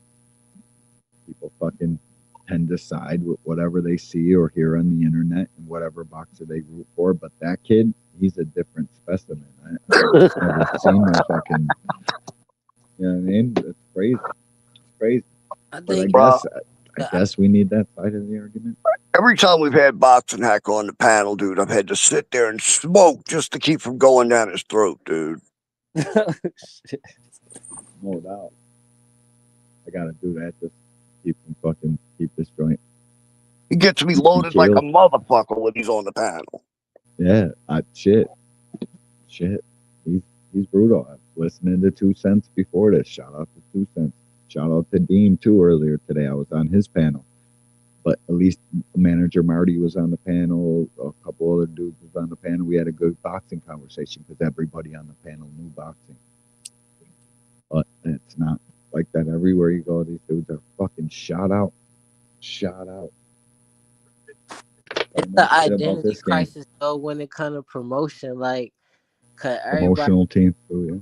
Want to be like, oh, they want to be Floyd or they want to be Tank or I think Floyd stay in the game. Like, I don't like that. I don't like but like you never compare Sugar Ray to Marvin Hagler or Tommy Hearns. Like, they got different styles. Like, styles make fights. Like, so like if I was Shakur, like spokesman or promoter or something, I promote his style. Like even though De Los Santos fight was kind of boring, it was a real good performance that I never seen nobody win a fight like that before. Like far as looking at boxing, like that was amazing. Like how he won that fight with barely throwing punches, barely using his hands or whatever. And he won. Like he won. It was clear that he won that fight. Like he barely hit. But you can't compare him to Floyd, or you can't say like, oh, no, Floyd fought, bro. Floyd is a different fucking kind of fight. And if you look at amateur style, Floyd like came from an area where people fought, bro. Yeah. What they're talking about is a banger. You see that? You see it? Man, talk about this a banger. And you know who Adams is? Adams is the dude who knocked out Boachuk with the one shot. Pow! Smoked him. And this is the end of the OTX fucking tournament, 154. I just don't want to get our shit taken down. Having a good conversation about finger. You know. I'll show you if they talk about it in the chat. If Usyk beats Fury again, he didn't beat him the first time. You what? You ask me. Usyk didn't beat Fury the first fight. If they would have stopped it, yeah, he wins. They didn't. We scored this shit round by round, and the first round is not more important than the 12th round. You don't get to go back and give this guy a fucking round that you thought was a swing round because the 12th round, no, the first round is the same as the 12th. Fury won that fight 7-5, and it was fairly easy to score. If you took the fucking, oh, I like Usyk because of whatever. Got stopped by Daniel Dubois. I don't know, bro. I Lost can't to fucking answer Fury. because I can't stand Fury so And now bad, dude. I know, but now he's the fucking greatest heavyweight of his era when he should have been beat twice. It's crazy to me that somebody can fix their fucking thumbs or their mouth to say that to me. Dude, he lost that fight. Fuck out of here. He lost that first Wilder fight. I don't give a motherfuck what anybody says. He's a fucking heavyweight. Take him off the pound for pound list too. Everybody's forgetting how the fuck this shit was laid down and how we got here to begin with. The fucking pound for pound list don't have heavyweights. It shouldn't. It never has. Mine don't. Ours don't. Matter of fact, I'm gonna fucking drop one of them. We're gonna get together and fucking get this. Yeah, well, the reason why they giving it to him is because he went undisputed at cruiserweight. I know. I've been trying to ask the JBT to put together. We should put together a JBT pound for pound list. I'm not having heavyweights on that shit though. I get why they want to put the cruiserweight on there, but once you get to heavyweight, it's over for me. You're not that no more. You're on the heavyweight. Yeah, but are you the best let's heavyweight? face it. When is the last time? When is the last time the pound for pound list was even halfway right? Well, it's just a sanctioning and promoter driven fucking list, and it's an ESPN list. Oh shit, somebody just won. Dude, the white dude. I disagree with every one of them that came out. Every fucking time they change it, I disagree with it. Did he stop them? They're about to come in here, but the white dude won, Kavalaskis, or not Kavalaskis, but they're like that same name. Let me check. I want to see all this. Oh yeah, it was a full fight. Maybe stop them. Body shot, maybe. No.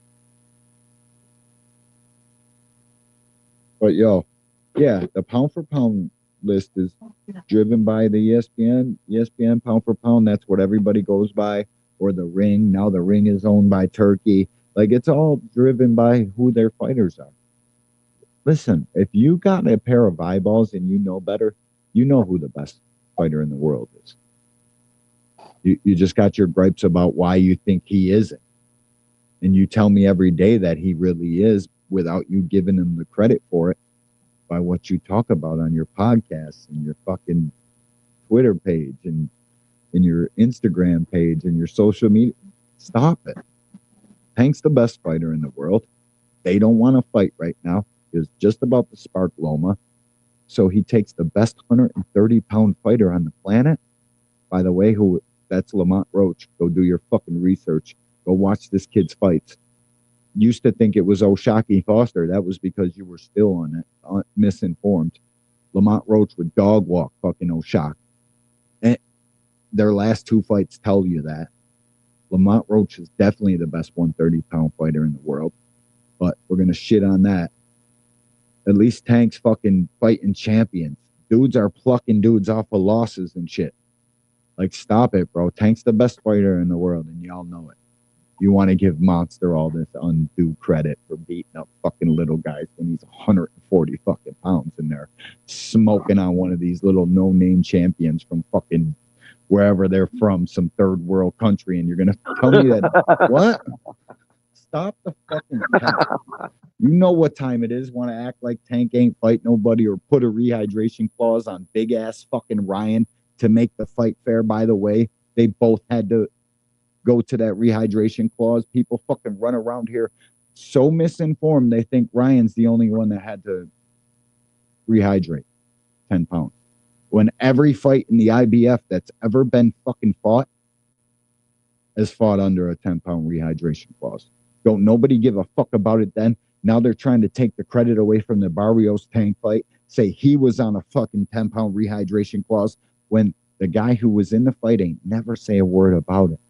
Right. This shit is crazy out here. Bruh, You I ain't tell lie. us That Tank is the Barrios, best. that By all Barrios that. fight, that Barrios fight, bro. I ain't gonna lie. I sat there watching. I was like, God, Tank is so small, bro. Super tiny. You know? Compared to that guy, yeah, bro. And listen, if you got a problem with 10-pound rehydration clause, you really don't fucking understand the shit or know how it goes. No guy would sign that contract if he couldn't adhere to it, or they thought it was a fucking problem in any way. I've debunked the Ryan shit with his dad, with him. He's eating tacos. His dad's talking about the jokes on them. Like, stop taking this dude's credit away, because all you do to us real ones that know why the fuck this guy's the best fighter in the world, all you do is solidify it and piss us off by what you say. You know better than that. If you want to be a real boxing fan and a self-respecting boxing fan, look at this shit for what it is, not what you want it to be or who you want to win. Look at it for skills, because no matter how much I like Tank or how good of a fighter he is, I can't lie for the dude. I can't cap. You know what I mean? I got to tell people what it is.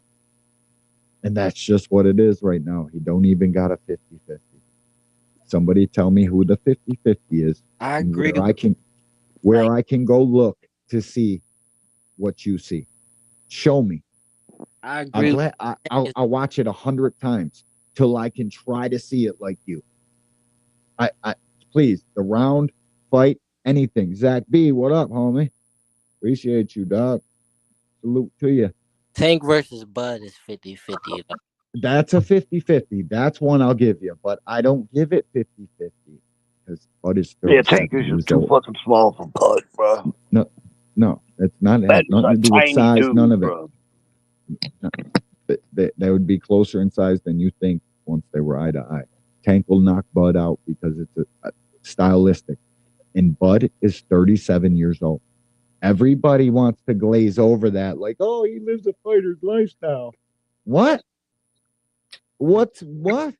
I was just 37 4 years ago. I promise you he knows his age.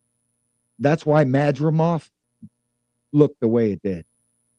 It's a almost shot fighter with Bud, scared to fucking fight until the 11th and 12th round. Did you see Bud turn up anything on fucking Madrimov to the 11th? And he was picking in that one? Because if he would have fought like he did in the 11th, in the first, Madrimov would have been out of there by the third. We would have been talking about 12 in a row. Easy. But he didn't, because he's 37 years old. That Spence victory, he knows got given to him on a silver platter because of the shit that was going on and whatever. If you know, you know. If you want to deny it, that's fine too. But if you think that was Errol Spence, you're out of your fucking mind. Yep. You're lying to yourself. And I'm a Boots guy. I've never really cared for. I just like Earl as what he stands for. He's a real fucking man. He'll do what he says every single time, and it just is what it is with him. Stands on what the fuck he says. He stands on business. How can you not like that guy? If I had to choose between him and Bud, I choose Errol just because of the principle about it. I used to be a Bud fan until I started seeing all the bullshit. I was like, oh yeah, he ain't it. And then I seen Tank. I'm like, okay. I never seen Bud fight nobody at the skill level as Karen. No, nobody has. Karen's got skill. I'm glad you said that shit, because Karen is a skilled fighter. Like, real shit. I want to see Brian Norman beat him. If I was Karen's team, I'd enter him in the WBO right now. Because the dude Cuevas that's about to get a shot, if he had somebody that knew about boxing on his team in his corner, he's a big welterweight. He's an athletic dude. We did the film study on him at Casual Corner with Ant McQueen. My boy can fight. He's just not coached well. He's not Yeah, I mean, if he had a real boxing coach, he'd get to it. A couple months training, which I don't know if the pushing off the fight helped Brian or not, but he was injured. Now you're going to have to deal with this dude. He's got skill. He's got a little bit. You know what I mean? Could go left for him. For real. I'm not just saying that shit because he's a duck and I like Boots. I really think Buddy has length. He's tall. Brian catches punches with his face. Just is what it is. I think it could go wrong, but Brian's cracking. I think Brian will get past this one. And now they're talking about Rashidi Ellis. Did you see that? Or you even paying attention to that? Yeah. Now it's Rashidi Ellis. Like, what? After all that clout chasing? All this, send another off ready? We want to bring home $1 million even? Now it's Rashidi Ellis? What? Who fighting Rashid? You ain't look on Instagram. You don't follow boxing like that, like No, Brian Norman and shit. no, I I don't. like Brian though. He'll fight. His dad's a good dude. Like I just can't get over the whole fucking asking for money when the fight can never be fucking made thing. And now you're fighting Rashidi, or they're maybe they're just getting together clout chasing. Who knows? But if it's Rashidi next, I even told him something on his Instagram page. Like what? But why would it be Rashidi next? Fuck that. You got to go for the uni. That's what boxing's about. Whose name? Get that belt, unify.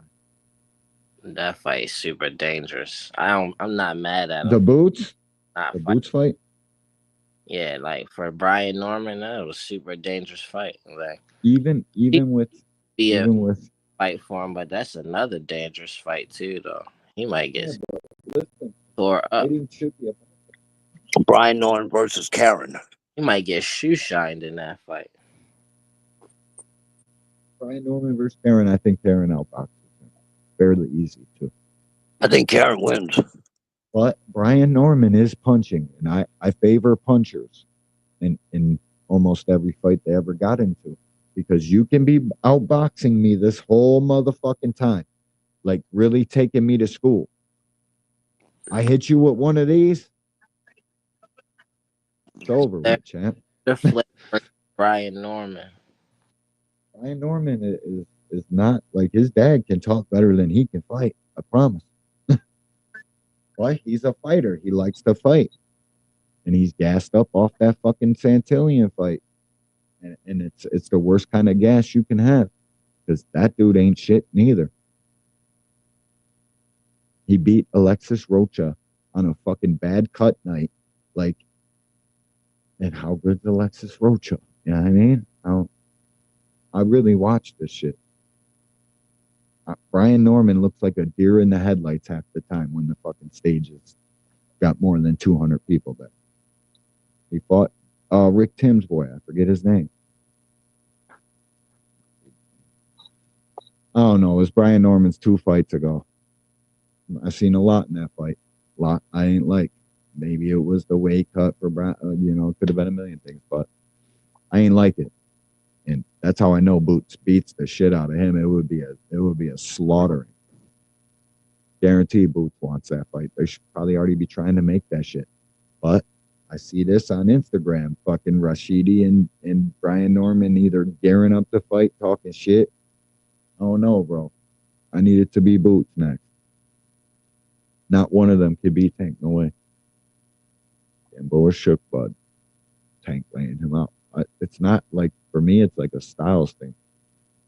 Gamboa definitely had Bud on Queer Street, but Bud was probably a little cut up, probably a little drained. Gamboa can punch too. People don't want to give people the proper credit. That's why to run around here and say Tank ain't fought nobody is bizarre to me. Like when you really know boxing and fist flying, you can't tell me that. You can't say, oh, he put a rehide. Like, fuck out of here with that. All right, so what do you think about the Pitbull fight? The Pitbull fight? Tank and Pitbull? No. Pitbull's fighting on that card. Yeah, he is. I didn't even look at it. Like, from like a picking It's a aspect, rematch. but I think he said, fuck that Ryo fight. He'll lose it again. And who knows? It could be Team PBC. Like, nah, can't go for that. Let's let Ryo fight Gary Russell, and then Pitbull. We see something in Gary Russell, you can go knock Gary Russell off. Like that's how teams think in this shit. Let's take a fight off. We'll go fight this easy fight. Gary and them are gonna fight. Gary win that fight. We'll take it off Gary. Like Pitbull's problem, dude. Pitbull's problem is he is too small for 140. Pitbull needs to move back down to 135, bro, to be honest. His head is the only big thing on him, bro. Like, for real, he's a little tiny guy, bro. He's shorter than Tank, 5'3", got a 60-something inch reach. Like, for him to go up to 140 is quite an achievement.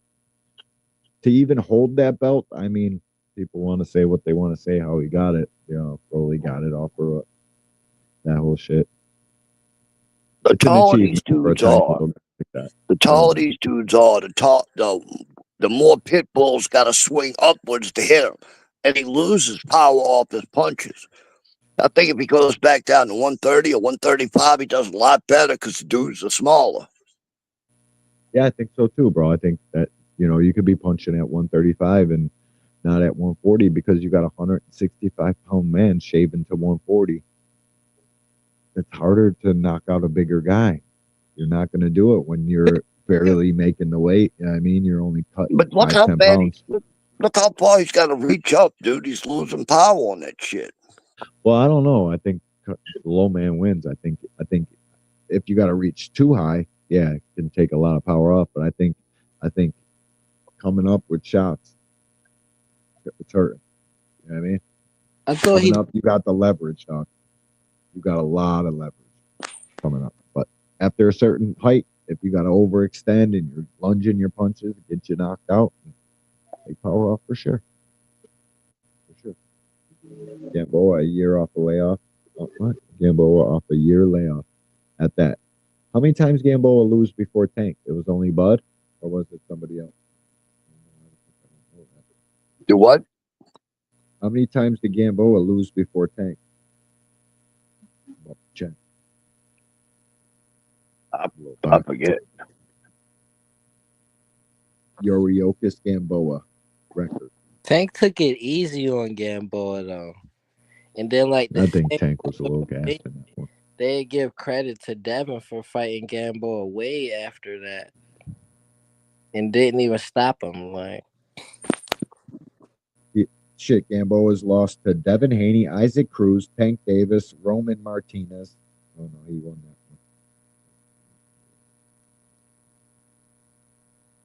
Yeah, Bud Crawford. So I think it was Bud and one other dude, but I don't think it was a knockout loss.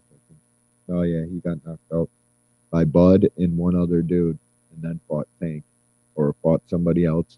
Because I don't think Tank's ever fought anybody off a loss. I think Tank's always fought people off of wins. I think that's part of the, you know what I mean? Good promoting. You're not going to let your guy fight off a loss. Fight somebody off a loss and be open to criticism. Shakur is about to fight Buddy. Yeah, I mean, Shakur is about to fight Cordino off a loss. And he might even end up fighting him now. If the Peta ducks him, that would be whack as shit, bro. That would be super whack. I need fucking Shakur and Zepeda to fight. I've been wanting that shit for fucking since way last year. D1, y'all missed some funny shit. Boxing Hacker said he would. Oh my God, Cash. He tried to say that shit to me in Upper. He tried to tell us about a fucking amateur tournament. And really, he grabbed the conversation from Blue Blood. This shit was funny as hell. You were probably there, dog. Shit was hilarious. What the fuck are you talking about, Boxing Hacker? Yeah, I'm gonna have to go catch the playback on that. I'll be over there tonight watching Two Cents playback because that's crazy. The crazy part is Boxing Hacker believes what he's saying. No, listen, bro. When you rehearse it and all you're doing is cadence work where you're just chanting what you believe all day, every day on people's panel. That's all you know. You just start repeating the shit. You don't never take time to listen to some shit and be in a bad way. Telling yourself the fucking lie so long, so hard that you start believing yourself. It's crazy fucking work, bro. It's just real crazy work. I don't even, you know what I mean? Dude, he cannot understand. He cannot understand the rehydration clause at all, you know? No, and the argument he makes is just ridiculous. Super ridiculous. Like, how do you come to what? Every single person anywhere is just fucking telling you, and every panel you go to, they're cooking you. Like, what? I don't know, bro. I don't know. I wonder. I was trying to make a boxing channel with Boxing Hacker. It would have been Who beautiful. you were? Yeah, I was going to try to, but it didn't work out though. It would have. Oh yeah. Boxing Hacker should have his own boxing channel. Real shit. Yeah, Like, you can't have one. You want to go to everybody's panel all the time, everywhere. Just start a fucking channel. Give a couple videos, your beliefs, Wow, who was gonna and go see to how his many live? people rock with you. See how many people believe what you believe. Real shit. Come on here and try to hold the audience for more than fucking 10 minutes and see how hard this shit really is. It's not going up on somebody's panel. That's fucking one thing. Start your own channel and see what time it really is. For real. Nobody gonna stop by. Nobody gonna be talking. But or then again, they'll all hate Boxing Hacker, and he'll have the biggest channel ever. Like, that's probably the way it would go. They could have had big Real shit. Have a big channel. They could have get on and get cooked by everybody. They love that. 100 haters and like 5 supporters, you'll be cooking with gas, bro. The real shit. 100 haters turn into 200 by like 2 live streams, bro. If you're talking that shit. You're talking crazy, like Boxing Hacker is. Like, if he could fucking get up there. See, people don't understand. It's way harder once this fucking light goes on and you got to try to talk to somebody. It's way harder. So, than jumping on a panel when somebody already sparked the conversation. It's a lot easier to do that. I promise. So, start your own channel. Let's see what the haters will be lined up to fucking hit your dislike button. I'm sure of it. Ja and fucking Boxing Hacker talking that shit. Let's see this joint. I don't want to do it no more. Yeah, he said, I'm straight, dog. This shit way too hard. For real, if you want to be successful at it and like drop content, like I ain't even good at it. I can't even clip the fucking lives. I'm so busy. It's just tough, bro. That's like got a boxing that I need to download Taj and stop playing. I box. I'm a boxer. Boxing Hack would probably do a live, bro. I know Nobody you be in love the boxing, chat. bro. I see you have on BF's joint. You'll click any link anywhere, bro. And that shit to me, you get the utmost respect, bro. Like, you know why? Because not everybody will do that shit. No, listen. I don't follow all people hide behind that keyboard, hide behind this bitch talking shit. They'll never stand on nothing. Respect, bro. You'll click a link. You want to get up here and push the fucking sport forward. This shit means the world to me, bro, because this shit is dying. Shit. Our live streams and what we do on a daily basis, going to these popular live streamer streams, it's more popular than the fights, bro. Some of the fights don't even get close to that shit. Don't get close to a fucking dope showbiz live stream. Why do you think you see showbiz on DAZN right now? Like, that dude's entertainment. Our shit needs the bells and the whistles and the firecrackers and the fucking extra bullshit. Nobody cares about this shit no more, dog. That's why the people who click links and create live streams and push our sport forward, because the boxers ain't doing shit. The promoters ain't doing shit. We do this shit. We'll promote all these fights and make shorts and create conversations and get their likeness through the roof and shout them out and tweet about them. We'll do all that. They ain't doing it. One of my Nobody cares, bro. boxing So salute. before they passed away, but it's weird to see it happen like in real time. Like, Yeah, it is. It is. It is. It's kind of crazy to see the way this shit's going in real time. We got Jake Paul and Mike Tyson, but I look at the bright side. I've always done that. Like, I got to see, all right, Jake brings the eyes to the sport, and seeing a fight like Barrios and a fight like Serrano and shit, even Chushu on the undercard and shit. He was crispy. But then the boxing judges fuck it up and give it to what's her name. And then the boxing fans fuck it up and it come on because of their hate for Tank, try to act like Barrios didn't do his damn thing. It's crazy. It's crazy. it looked like Katie had that fight. Really love this shit. And they would have stopped it when the headbutt, like when she first got that cut, I think they would have had to go to Katie. And then they was both head. Big headbutt. Boy. Big cut. Crazy. Crazy. Boxing will fuck up a wet dream though. Though, but like Dude, there were many fights ago. I used to watch Katie, and I was like, "Come on, ref, call something, and they don't do shit, dude. They looking right at it and don't call fucking nothing. Yeah, that shit. So boxing will find a way to fuck up a wet dream for real though. Like real shit, man. What? They will, bro. You got that platform. And then you give this headbutt and bowling ball bitch the fucking decision when everybody has eyeballs besides Clarissa Shields at the fight. She hit her with the better combos. Like, what? Nah, dog. Who Katie Taylor is the Canelo of women, dude. I know. She could sell out, pack the house out, and fucking Dublin. What you doing? Oh my God, I don't care what she said. This shit's crazy to me, bro. Fuck out of here, Katie. We wanted Amanda. It was good. It was a lot of eyes, bro. I was like, that shit brought some joy to my soul, for real.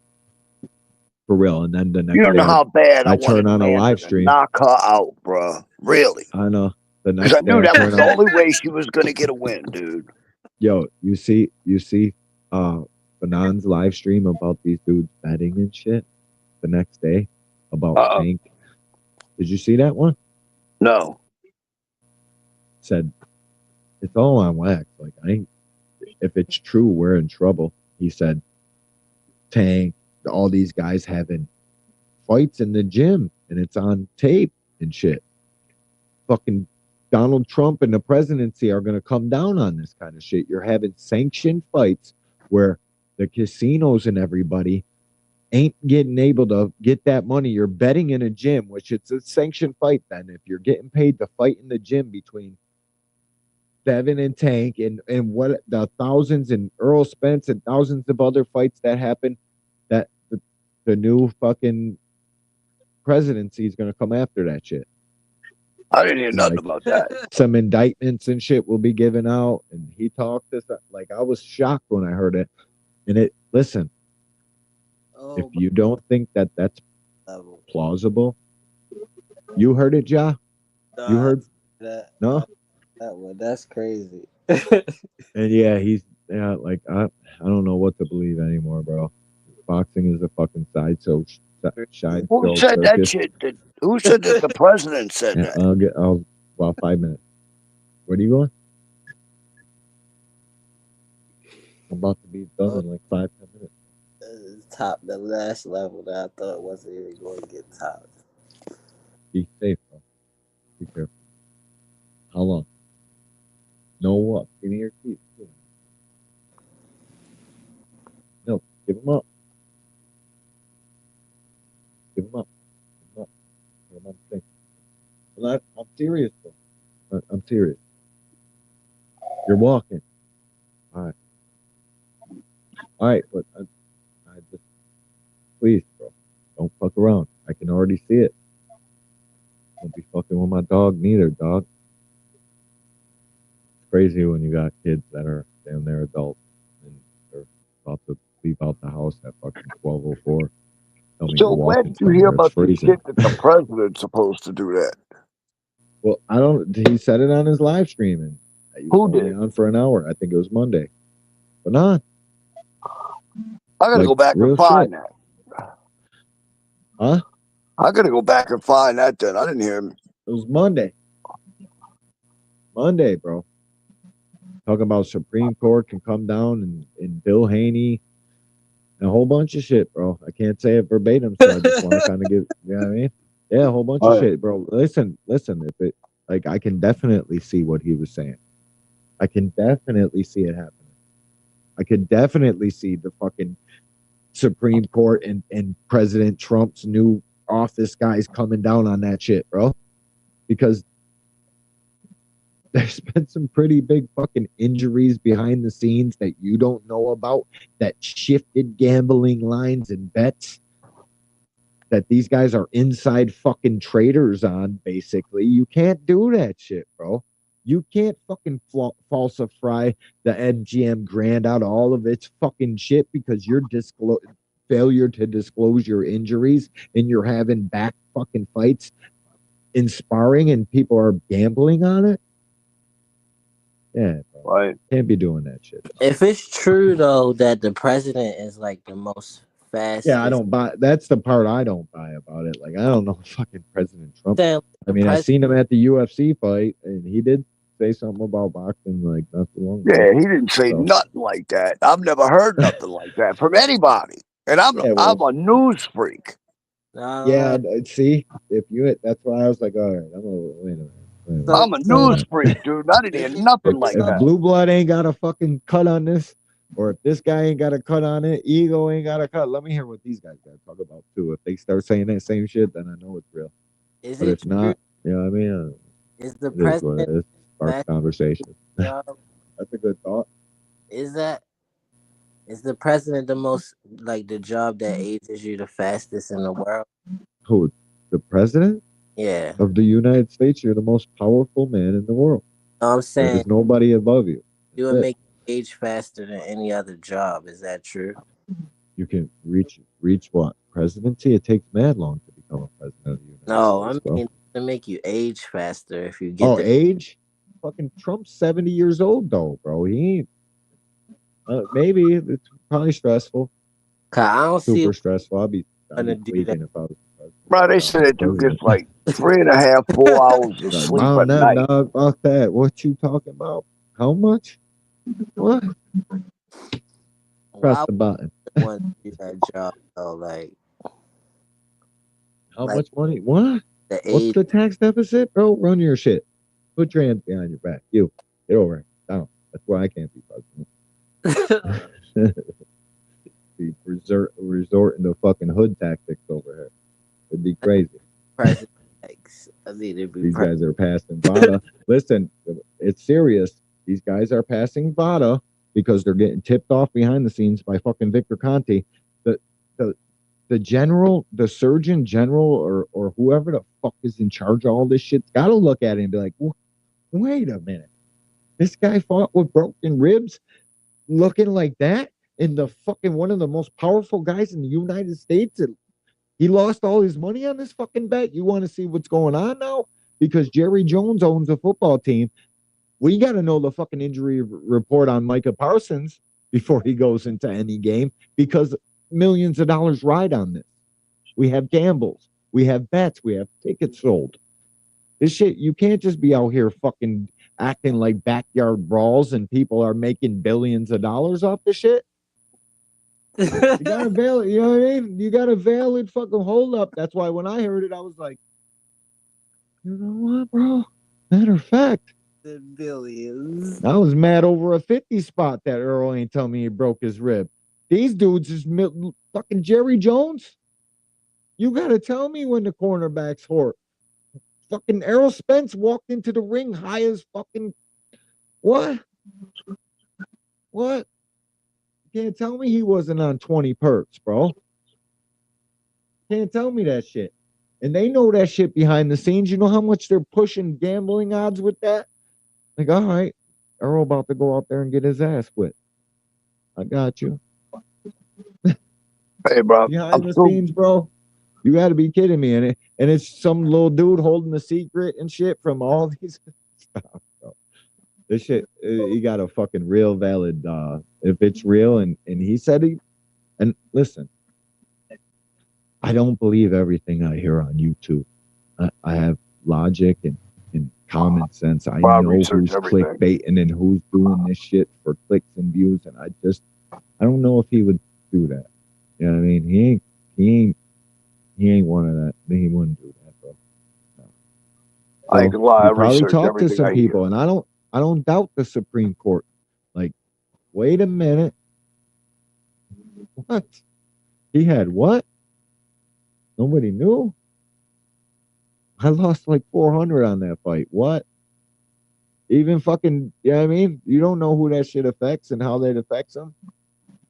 I come back, I lose 50 G's, and I'm in a place of power. Let me see how this shit happened, bro. I was certain he was going to whip Buddy's ass. Yep. You know what I mean? Yeah. Shit can get real in the field, bro. Real. Doctor.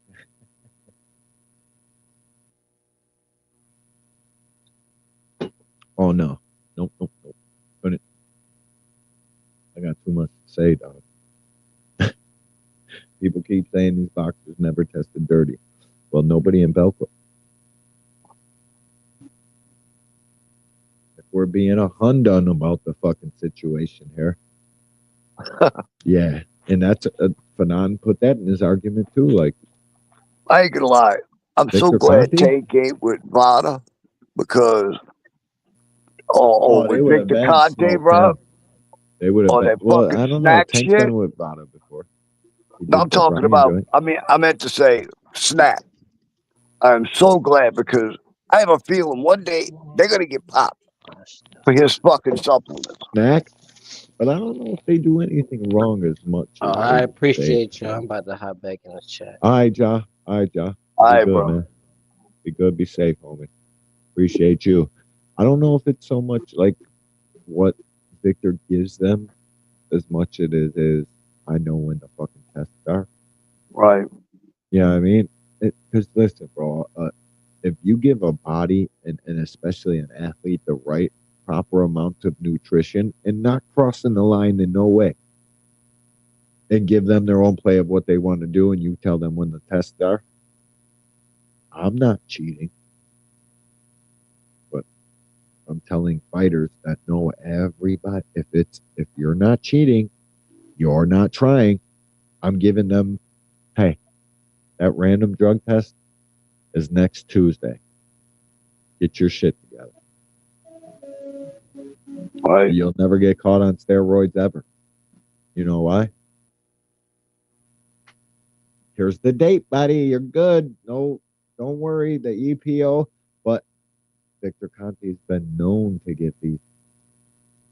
Shane Mosley, all these guys, fucking Barry Bonds, who, by the way, none of these guys have ever been caught. I don't know about Mosley. Maybe Mosley was caught, but I know Barry Bonds ain't never popped hot for nothing. Pop the fucking home run derby. That's about it, dog. Right. Victor Conte, Belco. But here, let's get this here.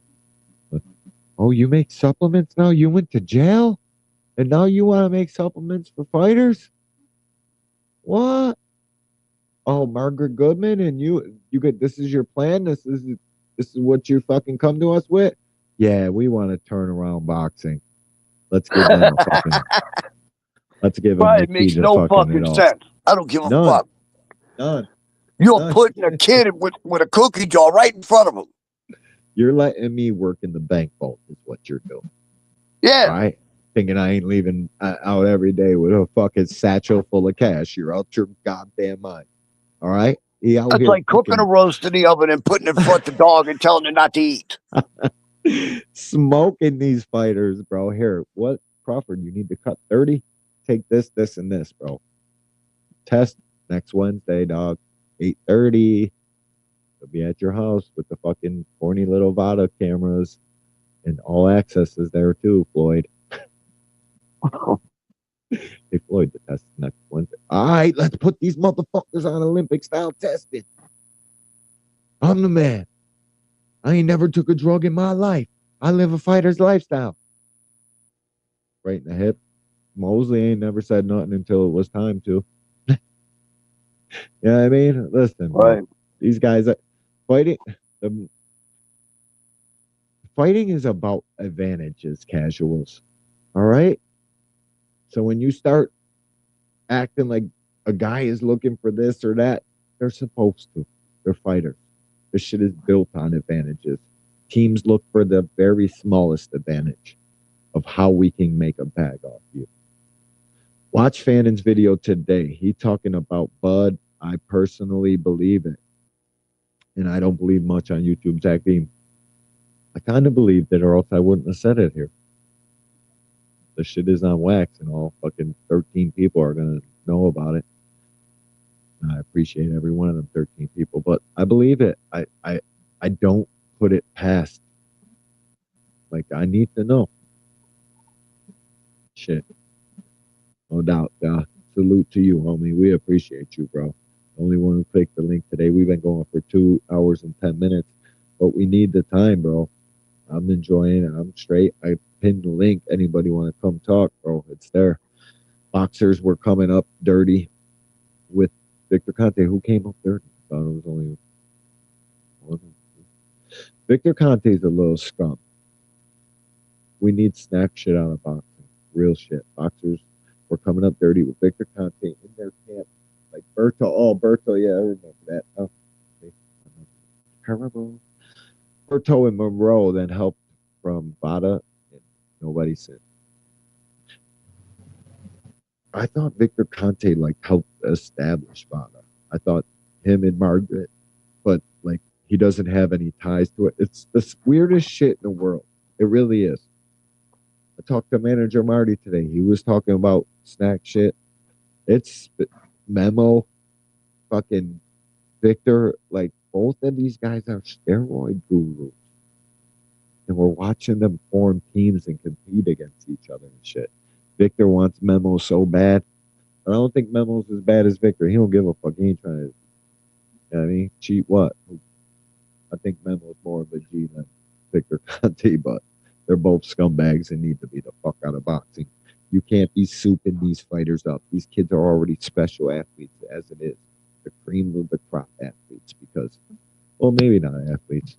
We were talking about lesser skilled and all that shit. You just got to have this.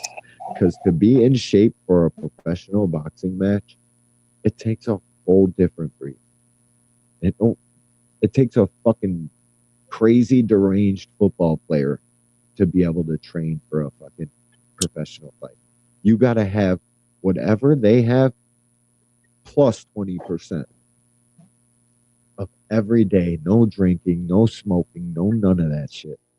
I'm disqualified right there to smoke. I'll be smoking, and there ain't nothing to it. I gotta smoke weed and be going nuts without it. You know what I mean? We wouldn't have we would already be out of here. They would already took us down. They already shadow banned and shit. Don't let all our subscribers comment, which is crazy, bro. Like, cause I see shorts creators, they make fucking crazy views, crazy good videos. Maybe my videos suck. I don't know. Yeah, I don't get it at all, bro. I'll go to your shorts and I can hit the like button, works and all, but I cannot make a fucking comment for nothing. It's crazy. You just keep hitting it. Just keep playing. I know. Crazy. I've emailed them 100 times over it. I don't know what it is, bro. I think it's because it pushes the algorithm and they think it's like falsifying. Now on the videos, I can comment, but I can't comment on the shorts. Yeah, short or long form videos you can comment, short you can't. I don't understand though. Like, what did we do to ever get shadow banned? Swearing too much? I've been trying to dial that back. I've been holding back like the whole time. I don't want to say a swear word F every other word. So I've been trying. I've been thinking about it this whole time, and it really is I should just be like, fuck it. They're gonna do that kind of shit anyways. Not let you guys comment on the fucking shorts. Not let you comment on like it's crazy. Why? Because I'm an angry guy. The world needs angry too, motherfuckers. Let us comment, let us talk our shit. Victor Conte knows the protocols for testing. He can design shit to slide through shit. I think it's not, I don't even know if it's that. I think it's knowing when. If I know you're bro, there's coming. something to that other shit, that snack crap that he's with. I'm telling you, I just know it. Snack is suspicious to say the least, and he tells us to be suspicious of him. Now he's fucking what? Because we're telling you we want you out of here because we don't believe you. Like, there's nothing natural about shaving 35, 40 pounds. I mean, guys in the UFC do it, but they got like top scientists, top fucking weight cutting specialists, and a lot of the weight cutting shit is legal. Like, their list of illegals is different than ours. I'm sure of it.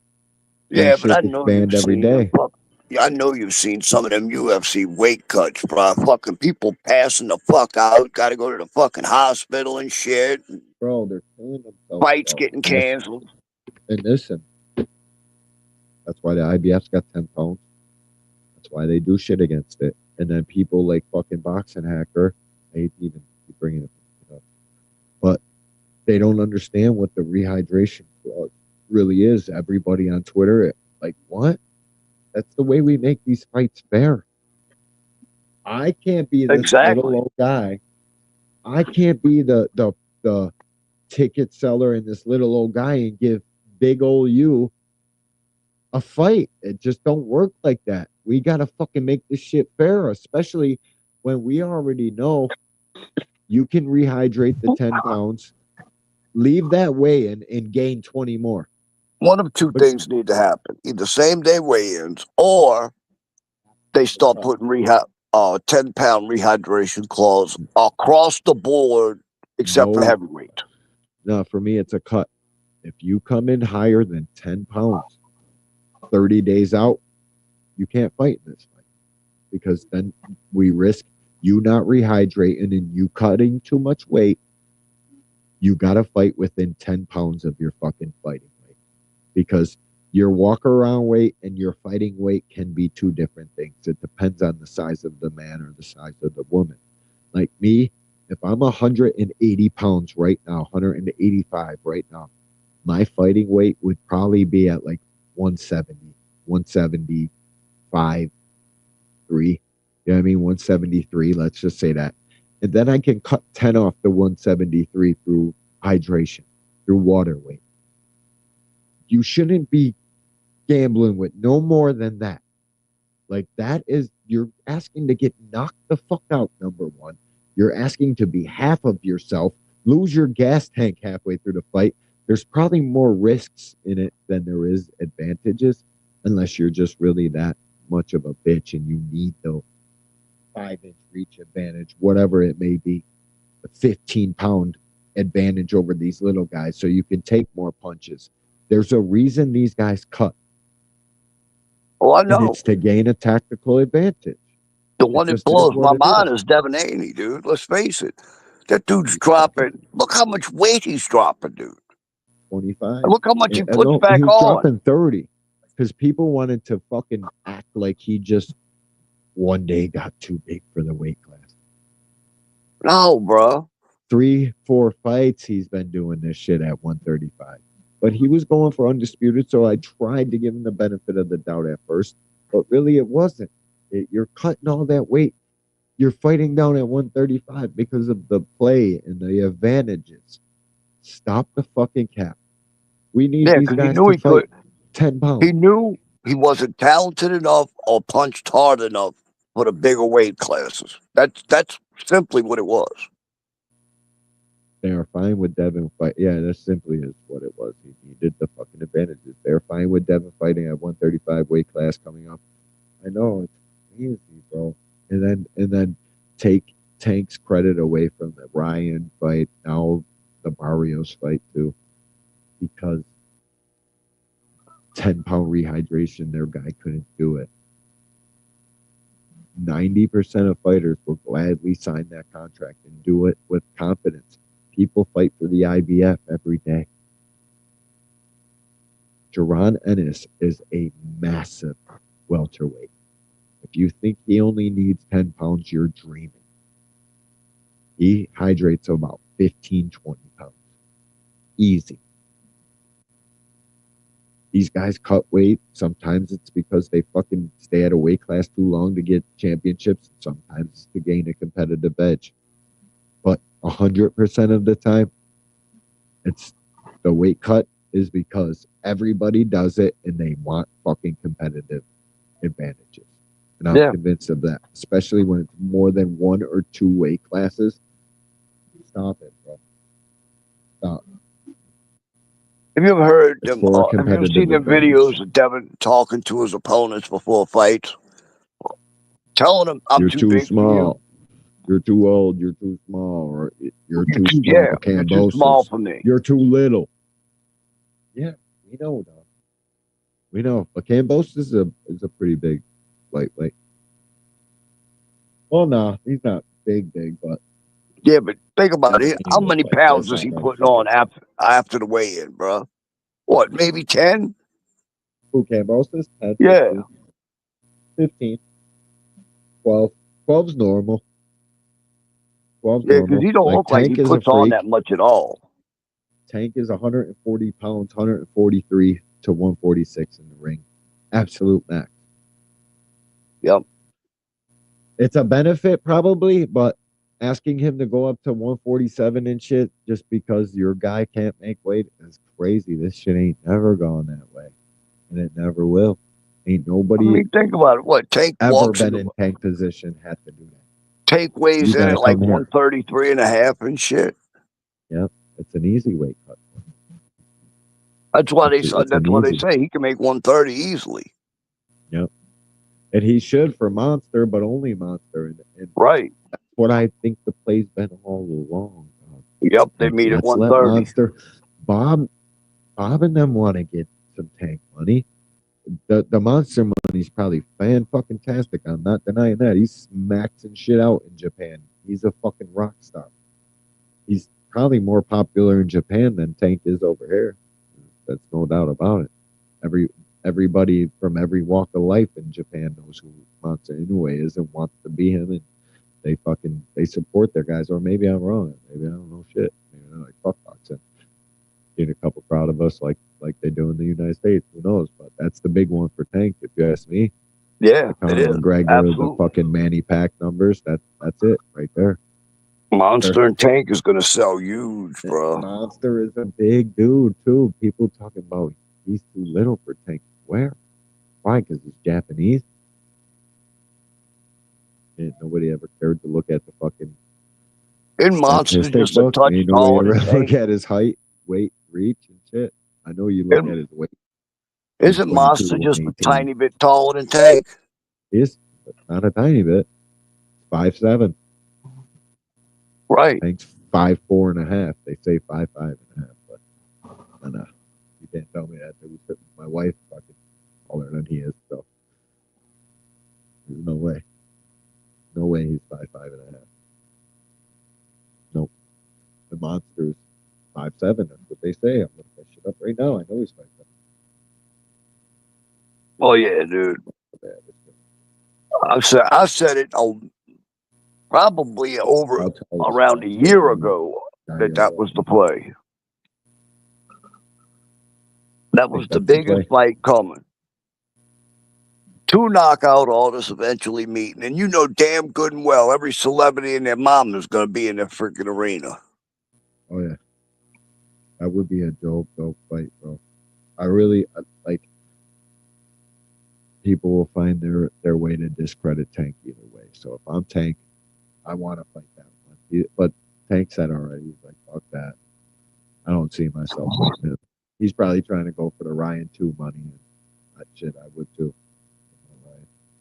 That Ryan 2 fight's going to be big, but Ryan needs too much weight. Ryan's humongous. I don't even know if they ever fight. I know they like each other and they fucking want to help each other get the bag, but yeah, I don't know about that. We'll see, bro. We've been on here for 224. Fucking great show. Loved it. Everybody in the fucking appreciate everybody who stayed. Building, smash the like button too. I haven't said that shit enough. I don't know, man. I just don't like to do that shit. You already. Thank Fam, you, everybody. I wasn't half Love as you. tired tonight, Appreciate bro. you. So I could actually talk a little bit. Fuck. The other night, dude, I Yeah. was just wiped out. Yeah, I appreciate it, bro. You guys better tonight. We're good. Loved it. Everybody in the building, thank you. Smash the like button if you're catching this on the replay. Shit. Look out for the kid. We appreciate y'all. Thank you for tuning in for another week of this shit. We'll be back next Friday. Maybe even Sunday. Peace, y'all. But there ain't no fights to talk about, so yeah, we'll see you next Friday. Peace. Yo, good shit.